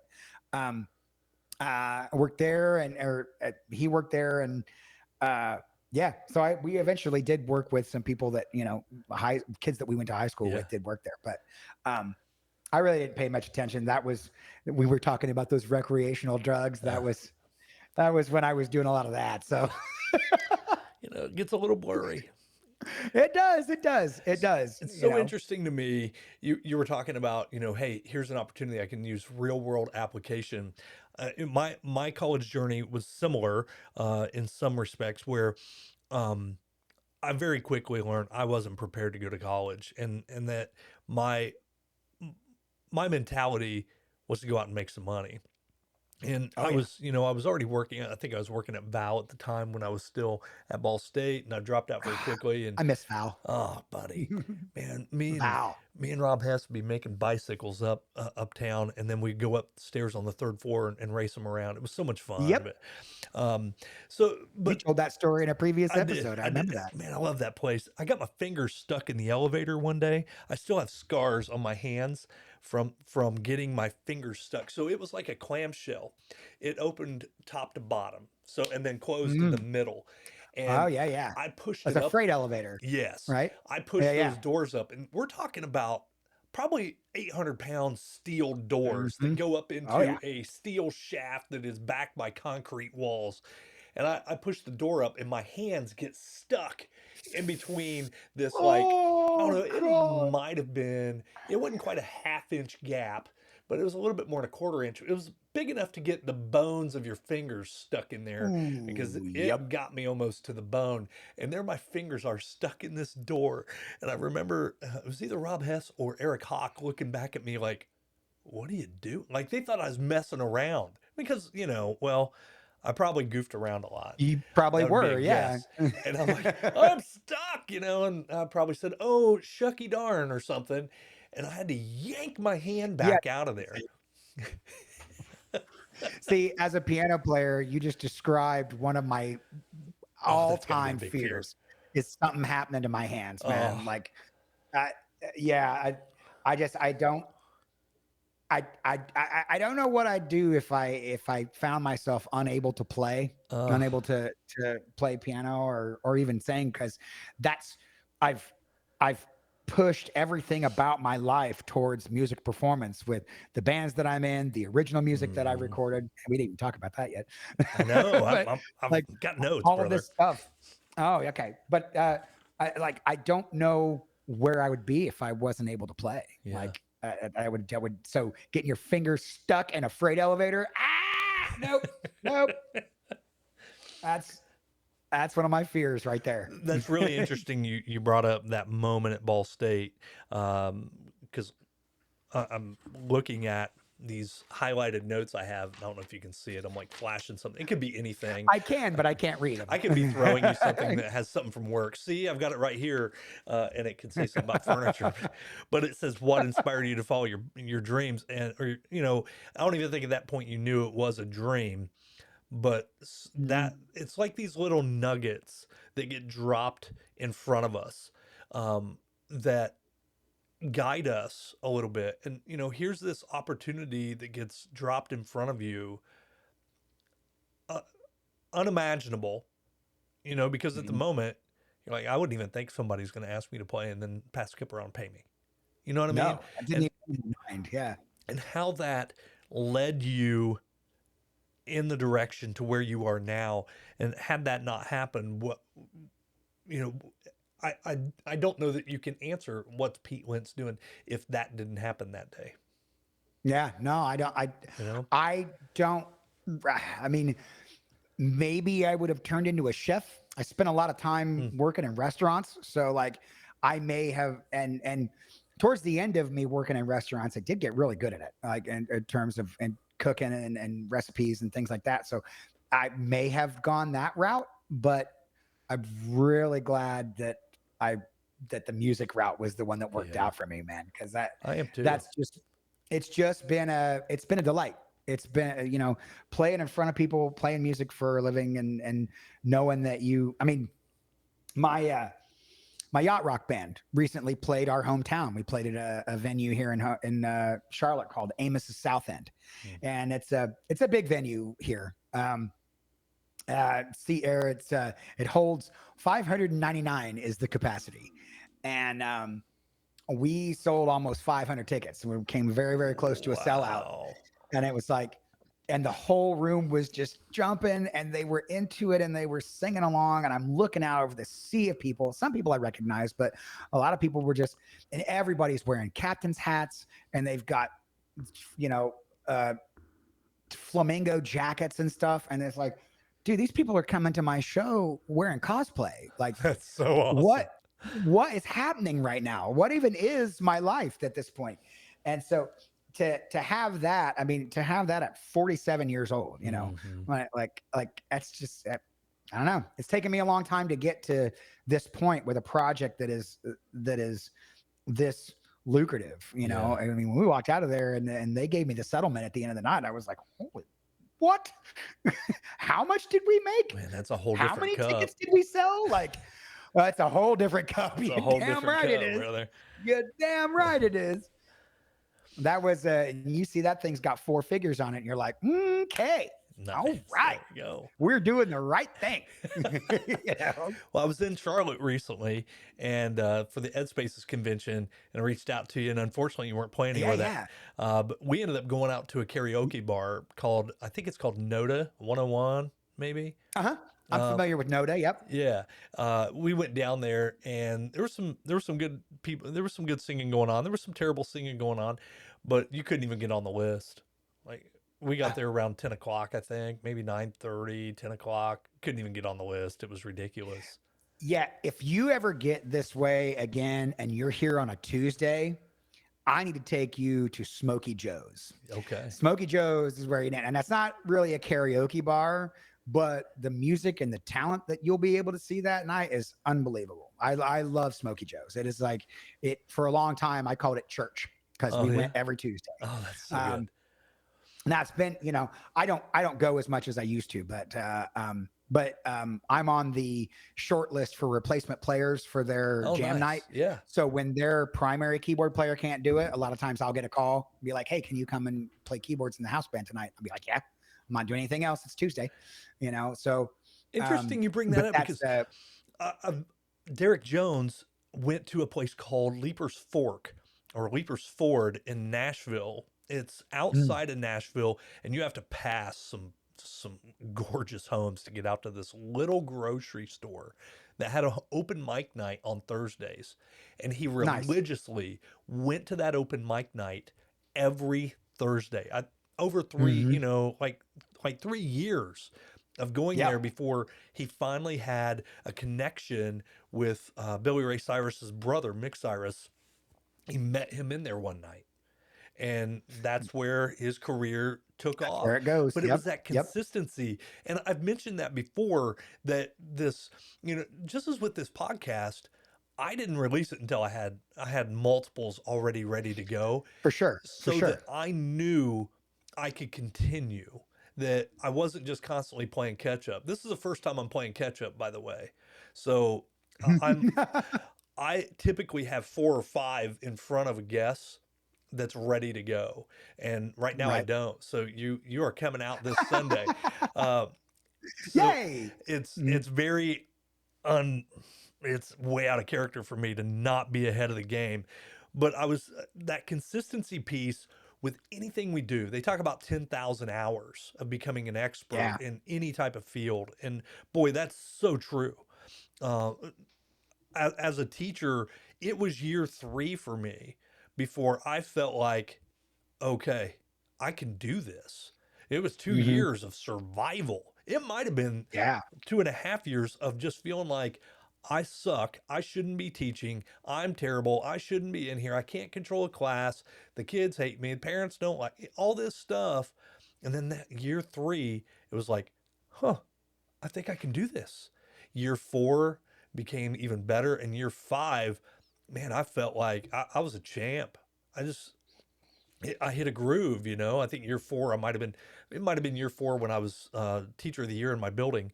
And it was that consistency, though. I found a path and I jumped on it, and I became very uh, focused. And that's a terrible Hmm. word for what it was, because uh, it was more than that. It was more than Yeah. focused. It was, this is what I'm doing, and becoming very disciplined. I think that's probably the best word for it when we look at the true version of discipline. I became very disciplined in what I was doing. Same thing with this podcast. As I learn and grow from it, I listened to my first podcast the other day. It popped on. I listened to them, so Right. I'll listen to them in the car to see what it sounds like, to see where the sound is, to make adjustments. And I listened to my first one, and I'm like, oh, what happened? What happened to the sound? I thought I was making. Right. Oh yeah, this was number one, and I had the old mics and the old setup, and I continued to try and improve, and um, mic mic technique, things like that, and how I bring guests on, and finding the right place for their mic levels, and doing Google Meets. This is the third Google Meet I've done, no, fourth, and figuring out ways to make sure that guest comes through as powerful as I want them to. It's just that discipline of thought, that discipline Hmm. of research, that research, but you know what I'm saying? Like, just Hmm. digging in and saying that last one is the worst I'll ever be. Yeah. This will be the worst podcast I ever put out. Yep. moving forward, I agree. and 100%. I agree. That's, like the mic I'm using right now, the Shure SM7B. We researched what would be the best for live home studio stuff. Mhm. And, there's plenty of mics that are more expensive than this one, but for what I use them for, this is it's one of the best ones that we could get. And then the more I use them and the more I can figure out, like, well, this has a sound field radius that's about, you can see it, but Yeah. it's about the size of a basketball. Yep. If I move out of this thing, you can't hear me. Yeah. But if I'm right here, I'm crystal clear, and so that's why, I have 3 of them here in the studio. You can't, from the camera's angle, you can't see the rest of the studio, but in researching and trying to make my product better, this is what I came up with. It's Yep. these. I've got a Focusrite 18i20 here, so that if anybody else wants to come and do something here in the studio while we're doing live stuff, they can plug right into this, and it's already set up in the Love computer, it. because I've got, so there's been a lot of, in my online content creation, there have been a lot of upgrades in the last 3 years versus where I was when I first started doing it versus where I can do it now. Yeah, you think of And so like the version same 2.0, thing. Yeah. version 6.7, Mhm. whatever. And Yep. kind of the Yep. same thing. I started out with a couple cheap, inexpensive, I won't say cheap, but they were Mackie mics. And when I plugged them in and I listened to what I had with them, and this Rode mic is very nice, but it's Mhm. not a Rode makes great mics. it, Rode makes great mics. it's affordable enough for me to create the content I'm looking to create. And Mhm. next iteration will be those Shure mics. That's long term, but boy, it's a while. I want to make sure that I'm in this thing for years as I Mhm. continue to grow it. And you can kind of see behind me some of the stuff in my studio. I'm going to move my camera so you can see. But I've created an environment here where God, I hope this doesn't. You listeners at home are missing out on this extreme content that he So you can see what's going on back there. That's my guest chair, and Nice. I went to Dayton, Ohio to buy it. I found it. It was a used Pottery Barn chair. But there's the pictures I talk about of my family, and Yeah, there's yeah. the Bob Ross corner is over there, Mhm. and then kind of moves over where I've got my Rocky stuff, and some Yep. there's way in there, and I don't know how to zoom, but there's it's just this You've clearly environment. got other seats in this environment too. You can have multiple I guests on a do, yeah. podcast. Yeah. So, my hopes are to have about 4 people. I've got enough for 4 people, plus a call in, plus a Zoom of some sort. So, there's opportunity to expand here already. But what I found out the other day, and I don't know if you can see it, but I've got a mic cable strung across the room. I started Yeah. getting I got a buzz in one of my mics, and I've got a little bit of buzz in this one, and it's driving me absolutely nuts. So, but it was a pulse. It was pum pum pum pum pum pum pum pum pum, and I was like, Mhm. "What the hell's going on? I haven't had that problem, you know." And Is your mic cable touching a power cable, for that's, instance? you Like, know what? That might be it. That might be it. is the whatever you've got your mics plugged into, is the ground switch on? If it's not, you might want to turn that on. Like, Yeah, there's always little, and those are only things that you learn, just like you were saying, in terms of the experience and whatever, that they're only things that you learn when you do it for a while and you go, how do I get rid of that thing? Oh, that's how. And yeah. then from then on, it doesn't happen because you know how to control that, Oh, it'll you happen know. again. It will happen again. Oh man, that gremlin comes up from somewhere. But so before I know we're getting, man, we're reaching that window of time where I'm like, dang it, man, we got so much more to talk about.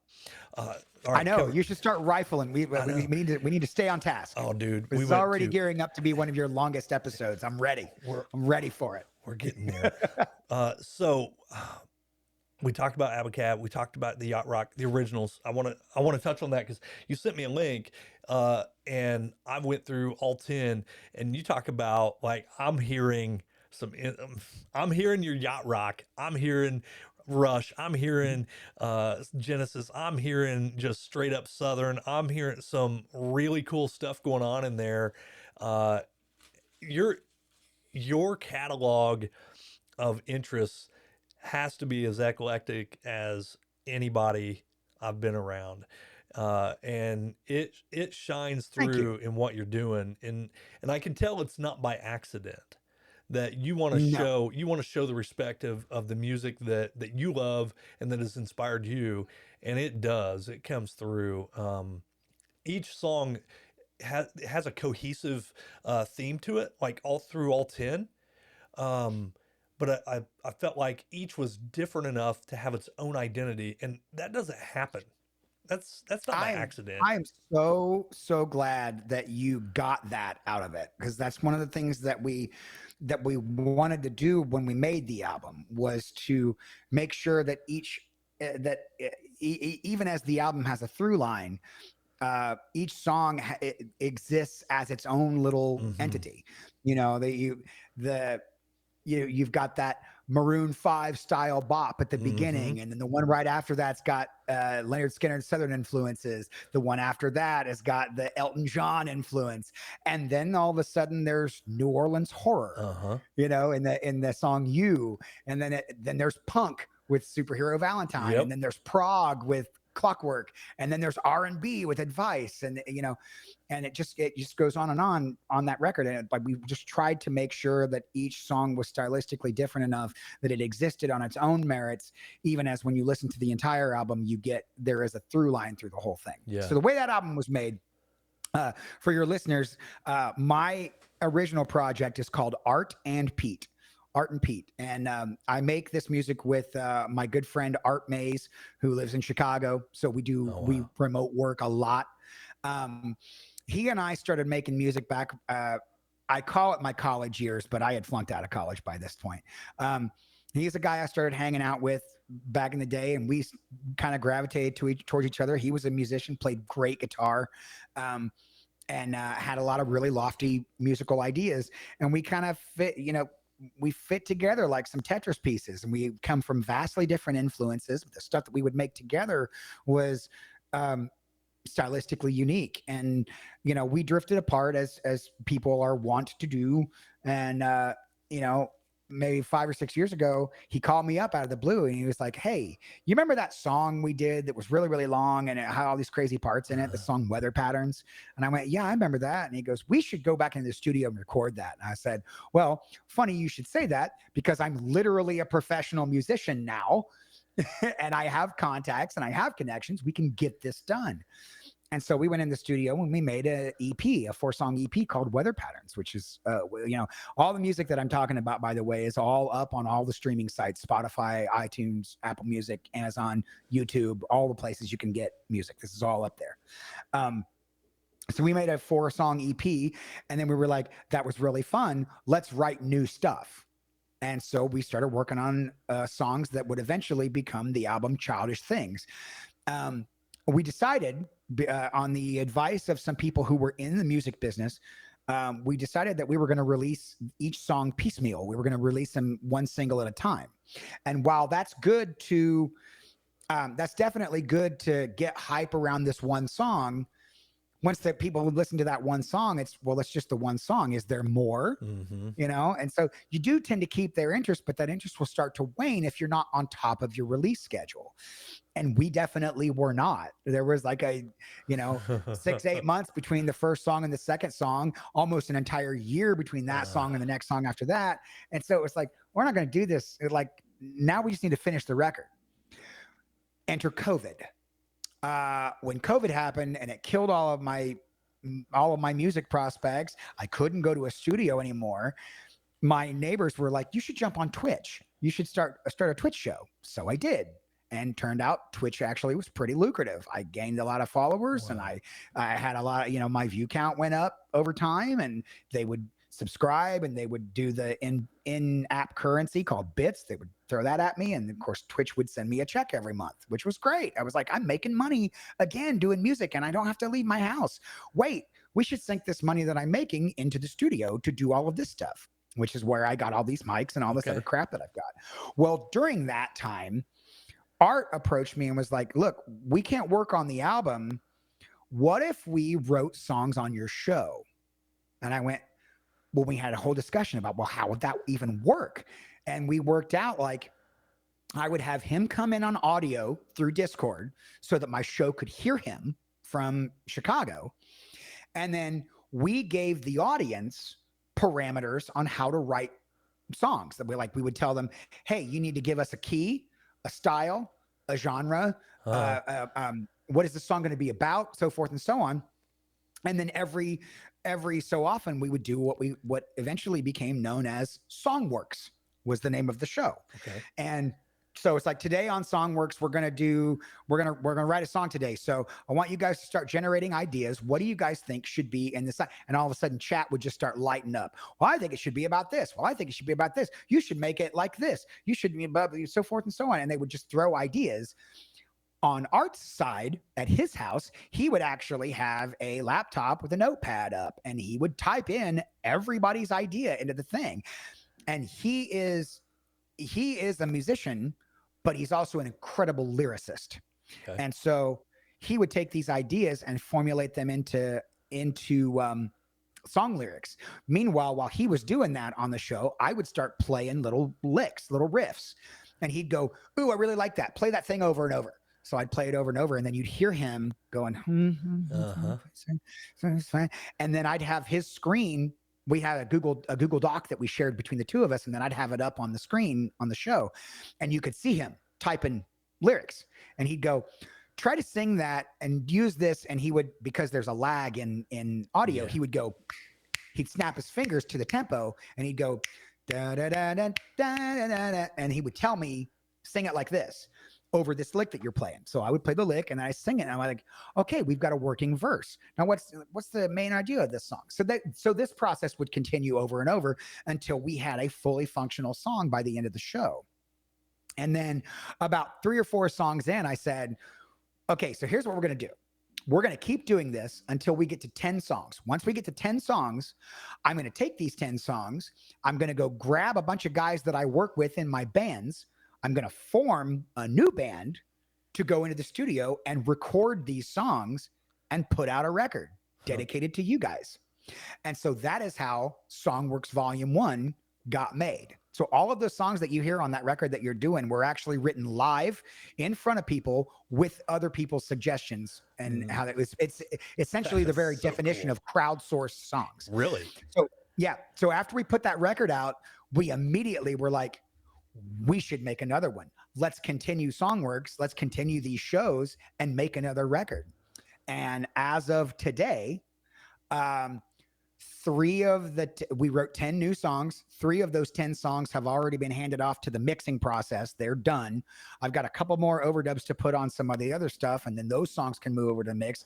Our goal is to have Songworks Volume 2 ready to go by January. So we're currently making another album right now. Wow. So everybody listening, if you will go on wherever you get your music, go find Art and Pete, and please subscribe, listen, share it with your friends. We currently really don't make any money from it. We actually, remember how earlier I was talking about DMCA and copyright law and things like that. And I mentioned that company, Streambeats. Streambeats offers DMCA free music where you can play it on your stream or wherever. You can use it how you want. And there's no recourse. You're not going to come after you. We actually are putting our music out like that as well. Okay. The Songworks stuff is 100% DMCA free. If you have a stream or you have a podcast, you can play this stuff on your show and you will not get demonetized or struck. If somebody gets famous with our stuff, like, we want people to cover it. We want people to do versions of this stuff because it wasn't created in a vacuum, and we don't want it to be released in a vacuum. So we want to be able to share this stuff with the world. So I'm taking notes right now because I've got an idea, and I'm gonna use this idea. So typically when I go through a podcast, I find the title in the podcast, right. And as we're going through this, you know what's going to happen because you know the creative mindset. So I don't know. You're coming up with the title now? I already came up with the title. Oh, neat. So it's just other little things I'm going to throw in. Well, I'm very excited to see that. But yeah, so that's how we made the album that you've been listening to, and I'm really, really glad that you like it. I hope you enjoyed it. I hope you continue to find new things in it to get excited about, because there's a lot. My favorite song on it is the very last song, That Door. That's my absolute favorite song on the record. It's just I haven't got back to it. So mm, I listened through as I was driving the week you sent it to me. And then just the other day I picked it back up. So on Monday I picked it back up, started listening again, and I'm only through the second song on the second going back through, and I can't think of the name of it now. What's the second song that pops up on there? Do you recall? Sugar Rush. That's it. It is it is ADHD at its best. All I could think of was an eighth grader and them eating some chocolate right around Halloween and coming in the day after and all the random things. Oh, look at that. Hey, are we going to get the computers out today? I got to go to the bathroom. Okay, so you want to know how that song got written? Okay, so this song Sugar Rush, all right, the in the story, in the actual story of the song, the narrator is in like a candy coated wonderland, right? There's all the inspiration for the title actually came from Wreck-It Ralph, the land Sugar Rush, when they go where the cart rate, where Vanellope wants to do the kart racing and all that in the Sugar Rush world. So the inspiration for the title came from that movie. But the story was a couple days before that particular songwriting session, I had taken a very, very nasty fall in a Walmart. And this is true. I was in line to check out. I forgot something. There were still some people in front of me. So I'm like, I'm going to sprint back and grab it and come back, and everything will be fine. Right.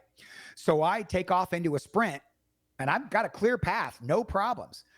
There is a piece of cardboard next to one of those big candy bins that they have at where it's just got Reese's cups and Snickers and whatever, 2 for $5, and they're all in those bins, right? This piece of cardboard is right next to that. My foot hits it. My legs come completely out from underneath me. I land on my hip and my side. I mean, I bit it, dude. You can't imagine how, like, I want to see the footage. Like, I haven't seen the footage from the CCTV, but I bit it. And I mean, I had like a foot-long bruise on my hip. Like, I was laid up. Like, it really did. I really did get hurt. So I told the story on the day we did the show. I told the story of, man, I bit it in Walmart next to a thing of candy, and it was so stupid. And they go, then everybody in chat started going, oh, did you murder some kids in the candy aisle? And like, you fell on a bunch of kids, and remember the Walmart 17. That's what they all kept saying. And so this, and then somebody says, you should write a song about the fall. You should write a song about falling. So in the song, this narrator is talking about being in this candy coated land and whatever. At the end of the song, he comes to, and he's fallen in the candy aisle trying to reach up and get a Klondike bar. And so that is how the story comes out. That's so good. And it's all born from the fact that I literally injured myself at a Walmart.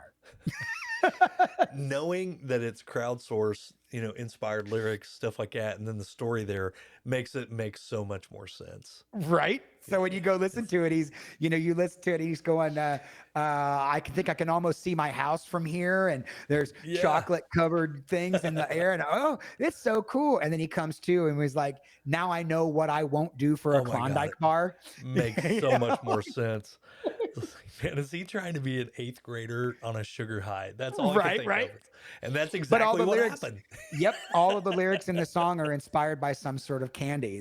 Dark chocolate wispas. Wispas are a type of, the candy coated moon, the syrup on his brow that's like sweat. It's all based in candy stuff. And it turns out he just knocked himself out in the candy aisle. So that became the story. Story behind the songs on this album. Art and I actually were already talking about doing a Songworks podcast where we talk about each tune and where each song came from and stuff. So we're talking about doing a podcast. Yeah. But we talked about it again last night, actually, when I was coming home. It was like, we should revisit that podcast idea and make each episode each song. And then we talk about the song, blah, blah, blah. But then we also play the song in the episode. Yeah. And so that's just another way that the song gets out there, is to get 100%. played in the episode Yeah. and talk about it. I mean, So, you've already got a title for the podcast. hmm Uh, Songworks. Mhm. Art and Pete. Art and Pete, yeah. Art and Art Pete. and Pete. That's what the album is. The full title of that album is actually called Art and Pete Present Songworks Volume 1. Done. Like, Is the that's it. It's Yep. it's that simple. Man, I love it. I love that you're chasing after it. Not just chasing it, you're running with it and still chasing down the dream in a sense. hmm You know, of what the possibilities are, and that's so inspiring to me. I talk frequently about how I find inspiration in other people who are just getting after it, living their life and finding their best lives. And you're certainly doing that. And I I'm love it working that on it. it's infected your kids. I love that it's Uh-huh. infected your kids. And my daughter chased after flute at Ball State, and she actually dropped her music engineering um, ma- uh, not no, I can't think. And this is what happens at 49. So get this all out of you at 47. At 47, I could Right. see so clearly. Everything was so crisp and clear at 47. What happened? 49 did. But Yeah. that was her major was music engineering, and it was Mhm. the music theory class that just Oh kicked yeah. her ass.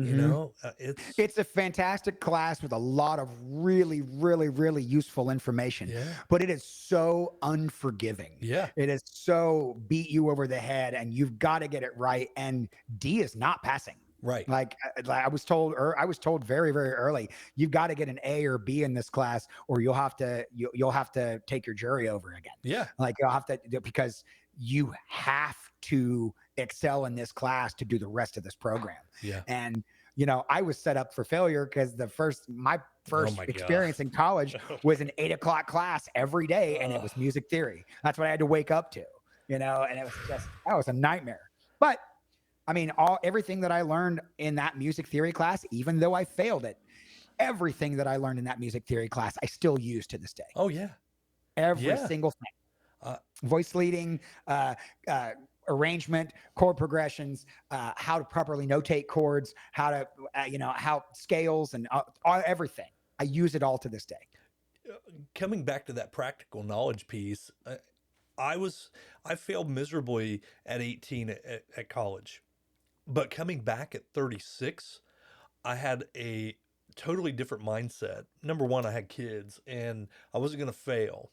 There Right. was no option for failure, and I had Jennifer there to prop me up when I needed it, and I did need it. There were times I was ready to quit. I was ready to Yeah. run, and Yep. she was there to prop me up and say you can do it.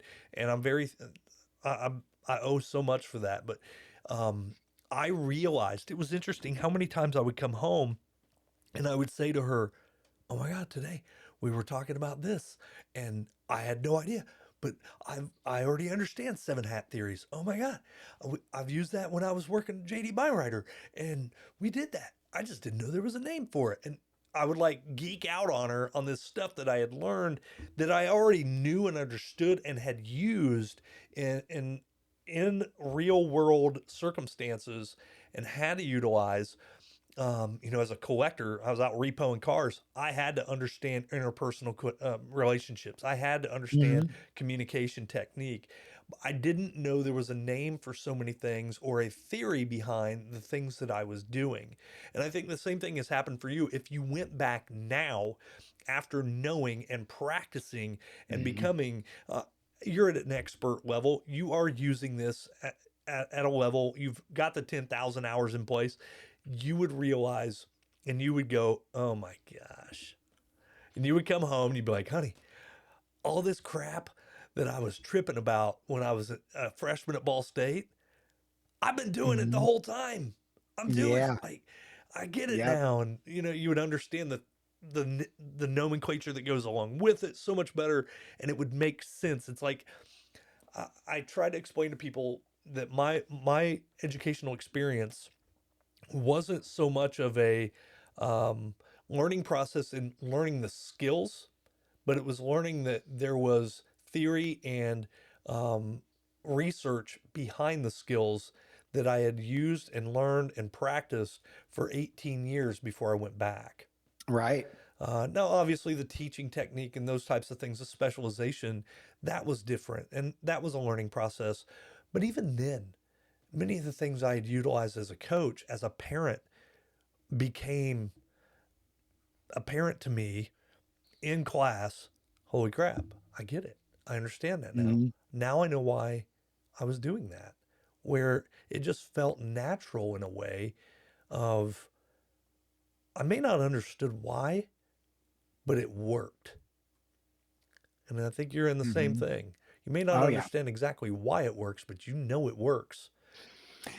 And the more I do it, especially with music theory, the more that I do it and the more that I apply what I know about it to these other things that I don't know, it elements of the higher level theory stuff start to Hmm. become a little more clear. Sure. So that's, over the last few years, I've been trying to focus more on the why of music theory. Hmm. Why does this work? Why do these things happen? Why do you notate a chord like this? And when I start thinking about the why of the things that I didn't previously understand starts to become a little clearer, and all of a sudden you're learning things. Because you know how. Yeah. Hmm. Oh, I know how. Yeah, for sure. But now, it started with, well, how do you phrase a 9 chord? And then when I learned how to properly phrase a 9 chord, now here's how you phrase an 11 chord. Here's how you phrase a 13 chord. Hmm. Here's what a flat 13 is. And then all of a sudden I'm playing fake jazz. And it's like, well, I never played chords like this before, man. And it's, your arrangements get a little more lush, and you know, you start to sound a little bit more like you know what you're doing. And it helps to be in bands with people who also understand music theory, because a lot of times, especially in Thurston Howell, when we're on tour together, like, we talk about music in the van when we're Yeah. driving from this gig to that gig. We don't talk about sports. We don't talk about shoes. We don't talk about any of that. We talk about enriching ourselves musically. Like, our sax player is an incredible theory practitioner, and we'll start talking about, I'll say the name of a chord and he'll go, well, technically that's not what that chord is called. It's called this because this is where the root lies, and this is this is what voice leading, and blah, blah, blah, blah. And we'll talk about all of these things. And then all of a sudden I'm like, holy crap, I'm learning. Oh, your And then collective strengths, man. you know, we're Wow. just constantly getting better at doing our jobs. and Yeah. and the learning process in terms of music, the learning process never stops, because Isn't it once you think that you yeah, once you think you know everything, all of a sudden that's when you start realizing how much you don't know. when you And now drop you're your more ego open off, to, yeah, when your ego, like, just listen to that story about you guys talking in the van and to and from and probably hanging out at the hotel, whatnot.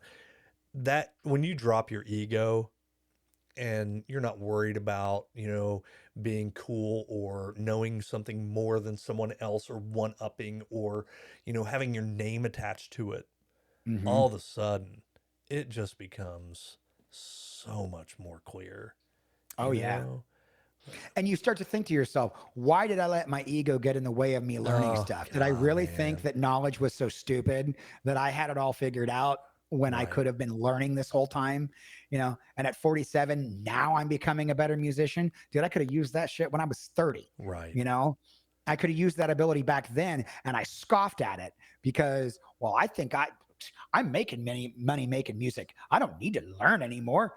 Somebody's clearly already paying me to do it. And it's like, yeah, but they'd be paying you more if you knew what the hell you were doing. That's right. It's as simple as I spent the weekend with my brother going through all these family photos, and he pointed out something that my wife pointed out to me years ago. But all these pictures of me with my mom, and I'm making a dumb face in them. Yeah. That's an ego thing, Hmm. point blank. And looking back now, I'm like, why? I do my best not to do that when I'm taking a picture with my kids or my wife or anyone that if it's just me, I'm taking a selfie, which is rare. Interestingly Right. enough, I found a picture of my mom taking a selfie. It Nice. was from 1984. As she's And pointing the camera and at she has herself. like, That's yeah, fantastic. you can see, and it's one of those coming from up and above, like she was going Hmm. click. Oh, I wonder if that worked. You know, Yeah, yeah. probably the old disc cameras or something. But Oh just, yeah. I think about my ego got in the way of me just going out and dancing and acting like a Hmm. fool, and it still does. And I'm like, Yep. every time I still can't just go cut loose, man. Why? Why can't I Yep. just cut loose and go dance and be an idiot? You know? Because somewhere deep inside you, you're still afraid that somebody's I going to make fun of you know. for being dumb. When in reality, if somebody cares enough about what you're doing to comment on it, isn't that its own Oh, that reward in is. itself? It's Like it's. that's the it. That I means know. that means you're affecting someone else's perception of their world, you know? And the affecting of someone else's perception, not to get too metaphysical, but when you can affect someone else's perception through what you're doing, through your actions and your content, I guess, if we're gonna it's 2023, it's content. Yeah. You know, everything's Yeah. content. It is. But if you can affect someone else's perception, that you're doing it right. I If they know. care enough about you to pay attention to you, you've already won. Well, That's the win. I'm gonna say it out loud next time my wife and I are out. I'm gonna get up and go dance with her. Do it. I'm gonna do it. Because nobody's going to laugh at you. Nobody And if they cares. I'm do, 50. if they do, exactly. You're 50 years old. What the hell is it going to matter to you? I'm gonna show them how to have a good You're time. making fun of me? I could buy your life. Shut up. You know, like I know people. I pay my own bills, sucker. That's right. Dude, we've taken a roller coaster ride, and that's what I love about doing this is, we haven't talked in Decades. Decades, Chick. Decades. it's been so long, man. But it's so fascinating listening to your shows about Hartford City stuff, and you interviewing people from Hartford City, and you're talking about Hartford City, and I'm like, dude, you're talking about Parkside and all this. I'm like, That's my town. I used to bike around Parkside all the time, Oh man. and North Side, and all that stuff, man. Every time you talk about home, I'm like, oh, I remember that. Yeah. I remember that stuff. It was a good time. We grew up in a great place, and we had some great people that inspired us. And you just talking about Dr. Turley, and I wasn't connected to him, but I know he affected a lot of lives. And I don't know if Steve listens to it but I hope he does, and I hope he gets something from that, because uh, our teachers, we had some incredible people that shaped us, and we're very fortunate to have been a part of that. I asked Chris Coy, and it hurts me to say Chris because he's Mr. Coy. It's hard. Right. Oh, I know. I say the same thing. I was like, oh, damn, Mr. Coy. There's a word. Right. There's somebody I haven't thought about in a while. Yeah. I ran into him at a ball game or something, and I said, man, there's so many people, so many Blackford County people that have become educators and stuff like that. And it was at that moment in my life, and he said it's because they had a good experience, and they want to Mhm. share that experience with other people. And that's exactly why I did it. I even said that in interviews that, my goal was to make someone's junior high experience better than mine was, and to show them Mhm. how fun and how important education can be when we're just letting it go, when we're just Yeah. letting go. My school experience would have been phenomenal if it hadn't been for other kids. Oh, okay. And the ego gets in the way of them, and Mhm. that's what happens, and I watched it happen on an hour to hour basis of kids who just didn't know how to check their ego because their parents couldn't check their ego, whose parents couldn't check their ego, and they were so Mhm. worried about their perception that they became assholes, and in a child form, Yeah. their first teacher is Yeah. their parent. And um I was very fortunate to have incredible parents that my parents knew how to have a good time, but they also knew how to present themselves and respect other people. And I realize that more Yep. now than I ever could have when I was younger. But and that's what I hope to share on this, and you get it, you've heard it, and you're hearing what I'm trying to do, and I so appreciate that you shared that with me, and it means a lot to me that it is coming through. Very similar to listening to your music and it coming through, somebody else getting it and saying exactly what you're hoping comes through without having that conversation first. Right. And so it is powerful, and it's that content piece where this is a passion project for me. I think I made Yep. all of $8 off of Spotify ads that I had on at one point, And Mhm. I was like, okay, Making that Spotify money. man, Woo! God, my sock is full. Um, socking it away, baby. But that was one of those things where it was like, all right, I'm gonna try it, see what happens. And I tried it. If other people were doing well, great, keep it up. But Mhm. my payment comes through this and just people sending me messages or talking to me, or when I see them out, they're like, hey, I've been listening to your show, and I'm like, cool. And I see that I'm in 8 different countries.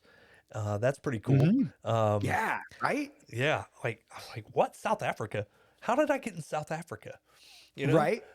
So Yeah, I got the did the Spotify Wrapped for artists the other yeah, day, and I was like, am I really being listened to in 19 that's countries? Do I awesome. even, I know that my Twitch show has a world outreach. Like I know there's people from Germany and Oh, Russia that's and so whatever. cool. I know there's people that come to the show because they say where they're from, and so but you still like you don't think about the outreach of your product until it comes back and stares you in the face. Yeah, somebody in Germany is Yeah. listening to your stuff What the right now. heck? Somebody in South Africa is listening to your stuff. You are steadily rising in Canada. What? Yeah. And then I'm like, well, who the hell do I know in Canada? And turns out I know a couple people, but like I don't know that they're the people that I know are the ones listening to that. I like it's just wild, I man. can't help but think, is somebody going on vacation that I know? Who do I know is going on vacation? In the Right? Dominican. Who's Right? who went on vacation in the UK? I didn't know that. But it's pretty cool. And I haven't even reached all the states. That's what's even more interesting. Yeah. It's like, Yeah, right? how do I get there and not I know how I got to Jamaica. My brother-in-law and his wife went to Right? Jamaica, and I'm like, hey, when you go on vacation, stream it. Yeah, right? I need to get my Spotify Come metrics on, up. man. Listen to it 3 times on the computer, your phone. Use Yeah, the, right? use the Like, Wi-Fi. how am I big in Germany and not Wyoming? Right. Right. Exactly. It's so bizarre, but it's fun. It's kind of fun to watch that and kind of see, Mhm. how it's more interesting to see the reach that we can have of just some dudes from big old Hartford City, Right? that can have a larger reach. And had had we known, yeah, I think it's hard for me to think back to a kid and go, I want to travel the world and really know what that means. Right. Just the idea that New York State is as large as England is Mhm. bizarre to me. And I never would have thought that at, 15, 16, 17 years old, that the world is so large, but within reach, Yeah. you know? What's way within reach now, Oh, as opposed to so back when we yeah. were kids. Oh, If you'd have told 15-year-old me that somebody in South Africa was going to listen to something that I made, I'd have told you were out of your mind. Like, right, how would that even right, happen? How would I make something that could get over there? And of course, in 2023, well, now how could you not? right, You know what I mean? In 2023, it right. was like I can reach around the world and talk to somebody in Iran right now if I want to, just by bringing up Discord, Your you 13 know, year old's going to listen to this and go, Dad, you're so dumb. right? You don't This even reminds me. understand. That reminds me of that Back to the Future line. You mean you have to use your hands? That's like a baby's toy. Oh, that's so true. Yeah. Well, the other one. Oh, I guess you weren't ready for that, but your kids will be. Yeah, right? Your kids are gonna love The kids are gonna love it. it. Brother, thank you so much, man. I'm excited to mix this down and push it out there and surprise you with a couple things. So, Oh man, that's exciting. Oh, yeah. this has been absolutely wonderful. Thank you for having me on the show, dude. And is there anything else on your notes that you wanna ask before we get out of here? That's right. Throw it away. I, I really need to video some of this stuff. The ones that I should video are the ones where it's just me and I'm sitting here Right. talking to myself. It's so Mm. weird that I can talk to me for an hour. If you were to another thing, if you were to record yourself talking like through Google Meets, if you record your video, YouTube I is know. another a I know. viable platform for you to push It your really stuff is. to, you know? I've had people ask if I was going to put my podcast out on Mhm. YouTube, and I've got a YouTube channel set up for it. Right. You know, it's just one more thing. Right? Just another hour worth of work. I know. I sit here and I download this. This is we're 2 hours and 15 minutes in, FYI. And, Yeah, we are. And I'm thinking about when I export this to mix it down. It's going to take Your a minute. computer's going to go, what the hell did you just do? No Why way did you guys could talk about something for 2 hours. You're so dumb, Scott. That's what my computer's going to say. Clippy's going to come up in the corner. Are you sure you meant to do that? Oh, God. That's so good. I remember when my dad wanted to know where he could get Wi-Fi.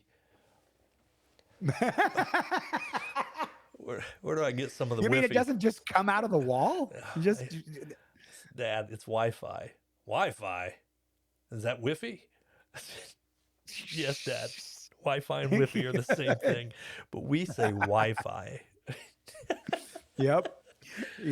Dude, Now thank you I'll so leave much, you and your man. listeners with one last I thing. love it. Is it GIF or GIF? Jif is peanut butter, so I say GIF. That's what I say. Is it? That is exactly what I say. Must I be was a like, Hartford GIF is peanut Cityism. butter, man. It's a Hartford GIF. Cityism. Only Hartford City Yep. people will understand that. We're saying it right now to the world, clearly. Tonight, at By least the way, 19 countries. GIF is best peanut butter. That's all there is. GIF is my favorite. That's what's downstairs, man. Every once in a while, I'll break out some Peter Pan, or every once in a while. But I'm not a Skippy guy. But, Nah. But I can Skippy's burn. gritty. Yeah, Gritty. I can skip. Man, I can get through some Jif, brother. I can get down with that, dude. Oh yeah. Thank you so much, man. Good luck to you and your family, and I'm excited. Good luck to you, man. I Thank can't you. wait to hear more episodes. Well, Have more of our friends on and talk about dumb stuff like we've been doing. I think this is episode 31, maybe. It's 30 or 31, and I've run out of friends. So if you know anybody that, like, I've got dead relative pictures I'm going to start talking to. I want to start talking to dead relatives. Aw. So in my last episode on my ancestry, that is my grandpa's shick that I talk about, that I'm discovering more about as we go. But yeah, if you know any people that want a new friend, let them know to get hold of me. Certainly will. I certainly will. I've got some pretty can think cool. of a couple people. I've got some great people getting ready to come this way, and just interesting stories. People doing different things that you didn't even realize you could be that. And I think that's cool about what you do, and others as well. It's like, I didn't know that was a thing. I didn't know you could, like, I went and played music on the weekends at a bar, and it paid my bar tab. I didn't know it was a thing you could make a living. If I'd have known that, I probably would have put the bottle down and, told the guys I was in the band with, dude, a little less token, a little bit more, of let's go after it, Actually, in all of the bands that I'm in, we all have an agreement that we're not nobody drinks, nobody smokes, nobody does anything before the show. Yep. Because show is work time. We have to go up there and put our best foot forward. After the thing, hell yes, I'm going to the bar for a double bourbon. But right now, it's sober time. Yep. Because it's work time. That's what we did. You have to treat it like, still, it's fine to have fun, obviously, but you still have to treat it like a job. You are still working. Somebody's going to ultimately give you money for what you're doing. You have to take it seriously. And the best way to take it seriously is to do it just like you would do any other job. Sober. Yeah. That's it. Yeah. Get messed up after, man. But when it's, when it's playtime, it's work time. If you love what you're doing, and you want to do it long term, you better at least pretend in your head that you want to do it a long term, and figure out how to convince yourself that it's worth it. And that is how you turn a hobby into a career. It is. Thank you for coming to my TED Talk. There it is. We're at the Pete Talk right here. Dude, thank you so much. This has been another Southern Goodbye on the Schick Show. I am famous for, or Irish goodbye. Somebody else said it was an Irish goodbye. No, Irish goodbye is when you leave without saying anything. Is that it? Southern goodbye is when you say goodbye like 8 times before it actually happens. Interesting. I didn't know Hmm. that. Okay, so now I know Irish there's goodbye is when you just disappear from the party and be like, "Where'd he go? I don't know. He must have bounced." Then you get a text later, "Yeah, I bounced." that makes That's so an much Irish goodbye. sense. Of course, That's the Irish goodbye would be you wouldn't get a text. right. It would just be Yeah, like, "Oh, he's gone." And then you yeah, see him the next day, and then he tells you he bounced. yeah. But yeah, That Southern goodbye is what we're doing right now. it is. And so the Irish goodbye. Now I know how my wife and her sister finish conversations. Like it is every once in a while I'll hear them say goodbye. Other times it's just like my wife is talking to her, and next thing, like her sisters or her mom. Well, with her mom, it's okay, all right, okay, okay, all right, yeah, yeah, okay. That's how they end conversations. But with her sister Yep. Pam, it is okay, bye, and it's Yep. over, or it's just Yeah. like they just silence, and I look over and I'm like, "You still talking to Pam?" No, you guys didn't even say goodbye. Like Mm. lightning struck. She knows. She knows. I love it, man. I love it. Keep up the good work. I can't wait to get back to the Charlotte area. We stayed downtown, and I can't wait to get back there. Take my wife and spend some time around the Yeah. area. Hit me up. Really Hit cool me up. down I know there. some places. Yeah, I know some stuff. I'm on. Yeah. Hit me I'm up. on it. Thanks, brother. I'm Take closing care, it out. buddy. I'm making it happen. All right. Look out. All right. Bye. We're It's out. happening now. See ya. Thank you, everybody, for sticking around and listening to me and Pete ramble on about a little bit of everything and a whole lot of nothing. I think it's only fitting we're going to stop the show just the way we started it. So here we go. A little bit more of Art and Pete. This is Reset.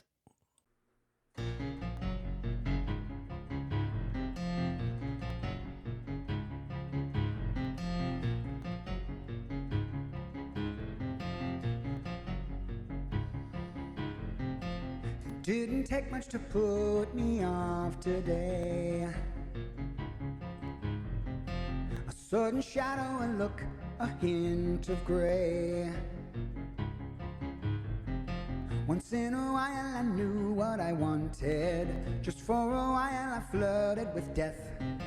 Don't wanna die but don't feel like I'm living. Days like today the clock needs to reset.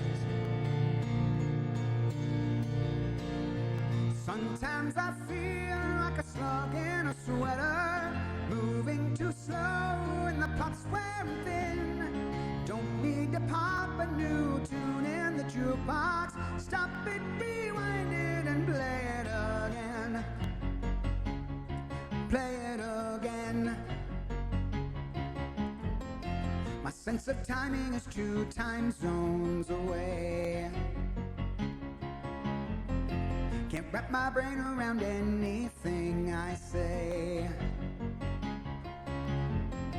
I'm landing none of the jokes that I'm telling.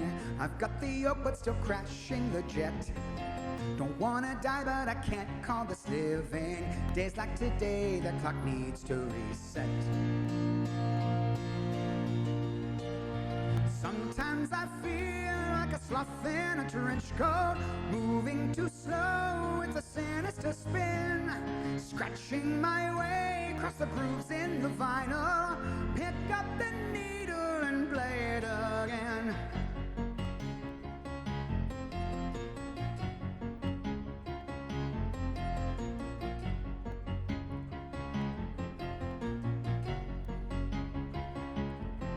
World keeps on pushing, and I know my limits. It's hard to withstand the absurdity, isn't it? Color's not color, we all see it different. And time's just a construct of mind, are you getting it? Nothing's as it seems. Sometimes I feel like convenience store sushi, going down smooth with a satisfied grin. But I'll return with a terrible vengeance. Stop it, rewind it, and play it again.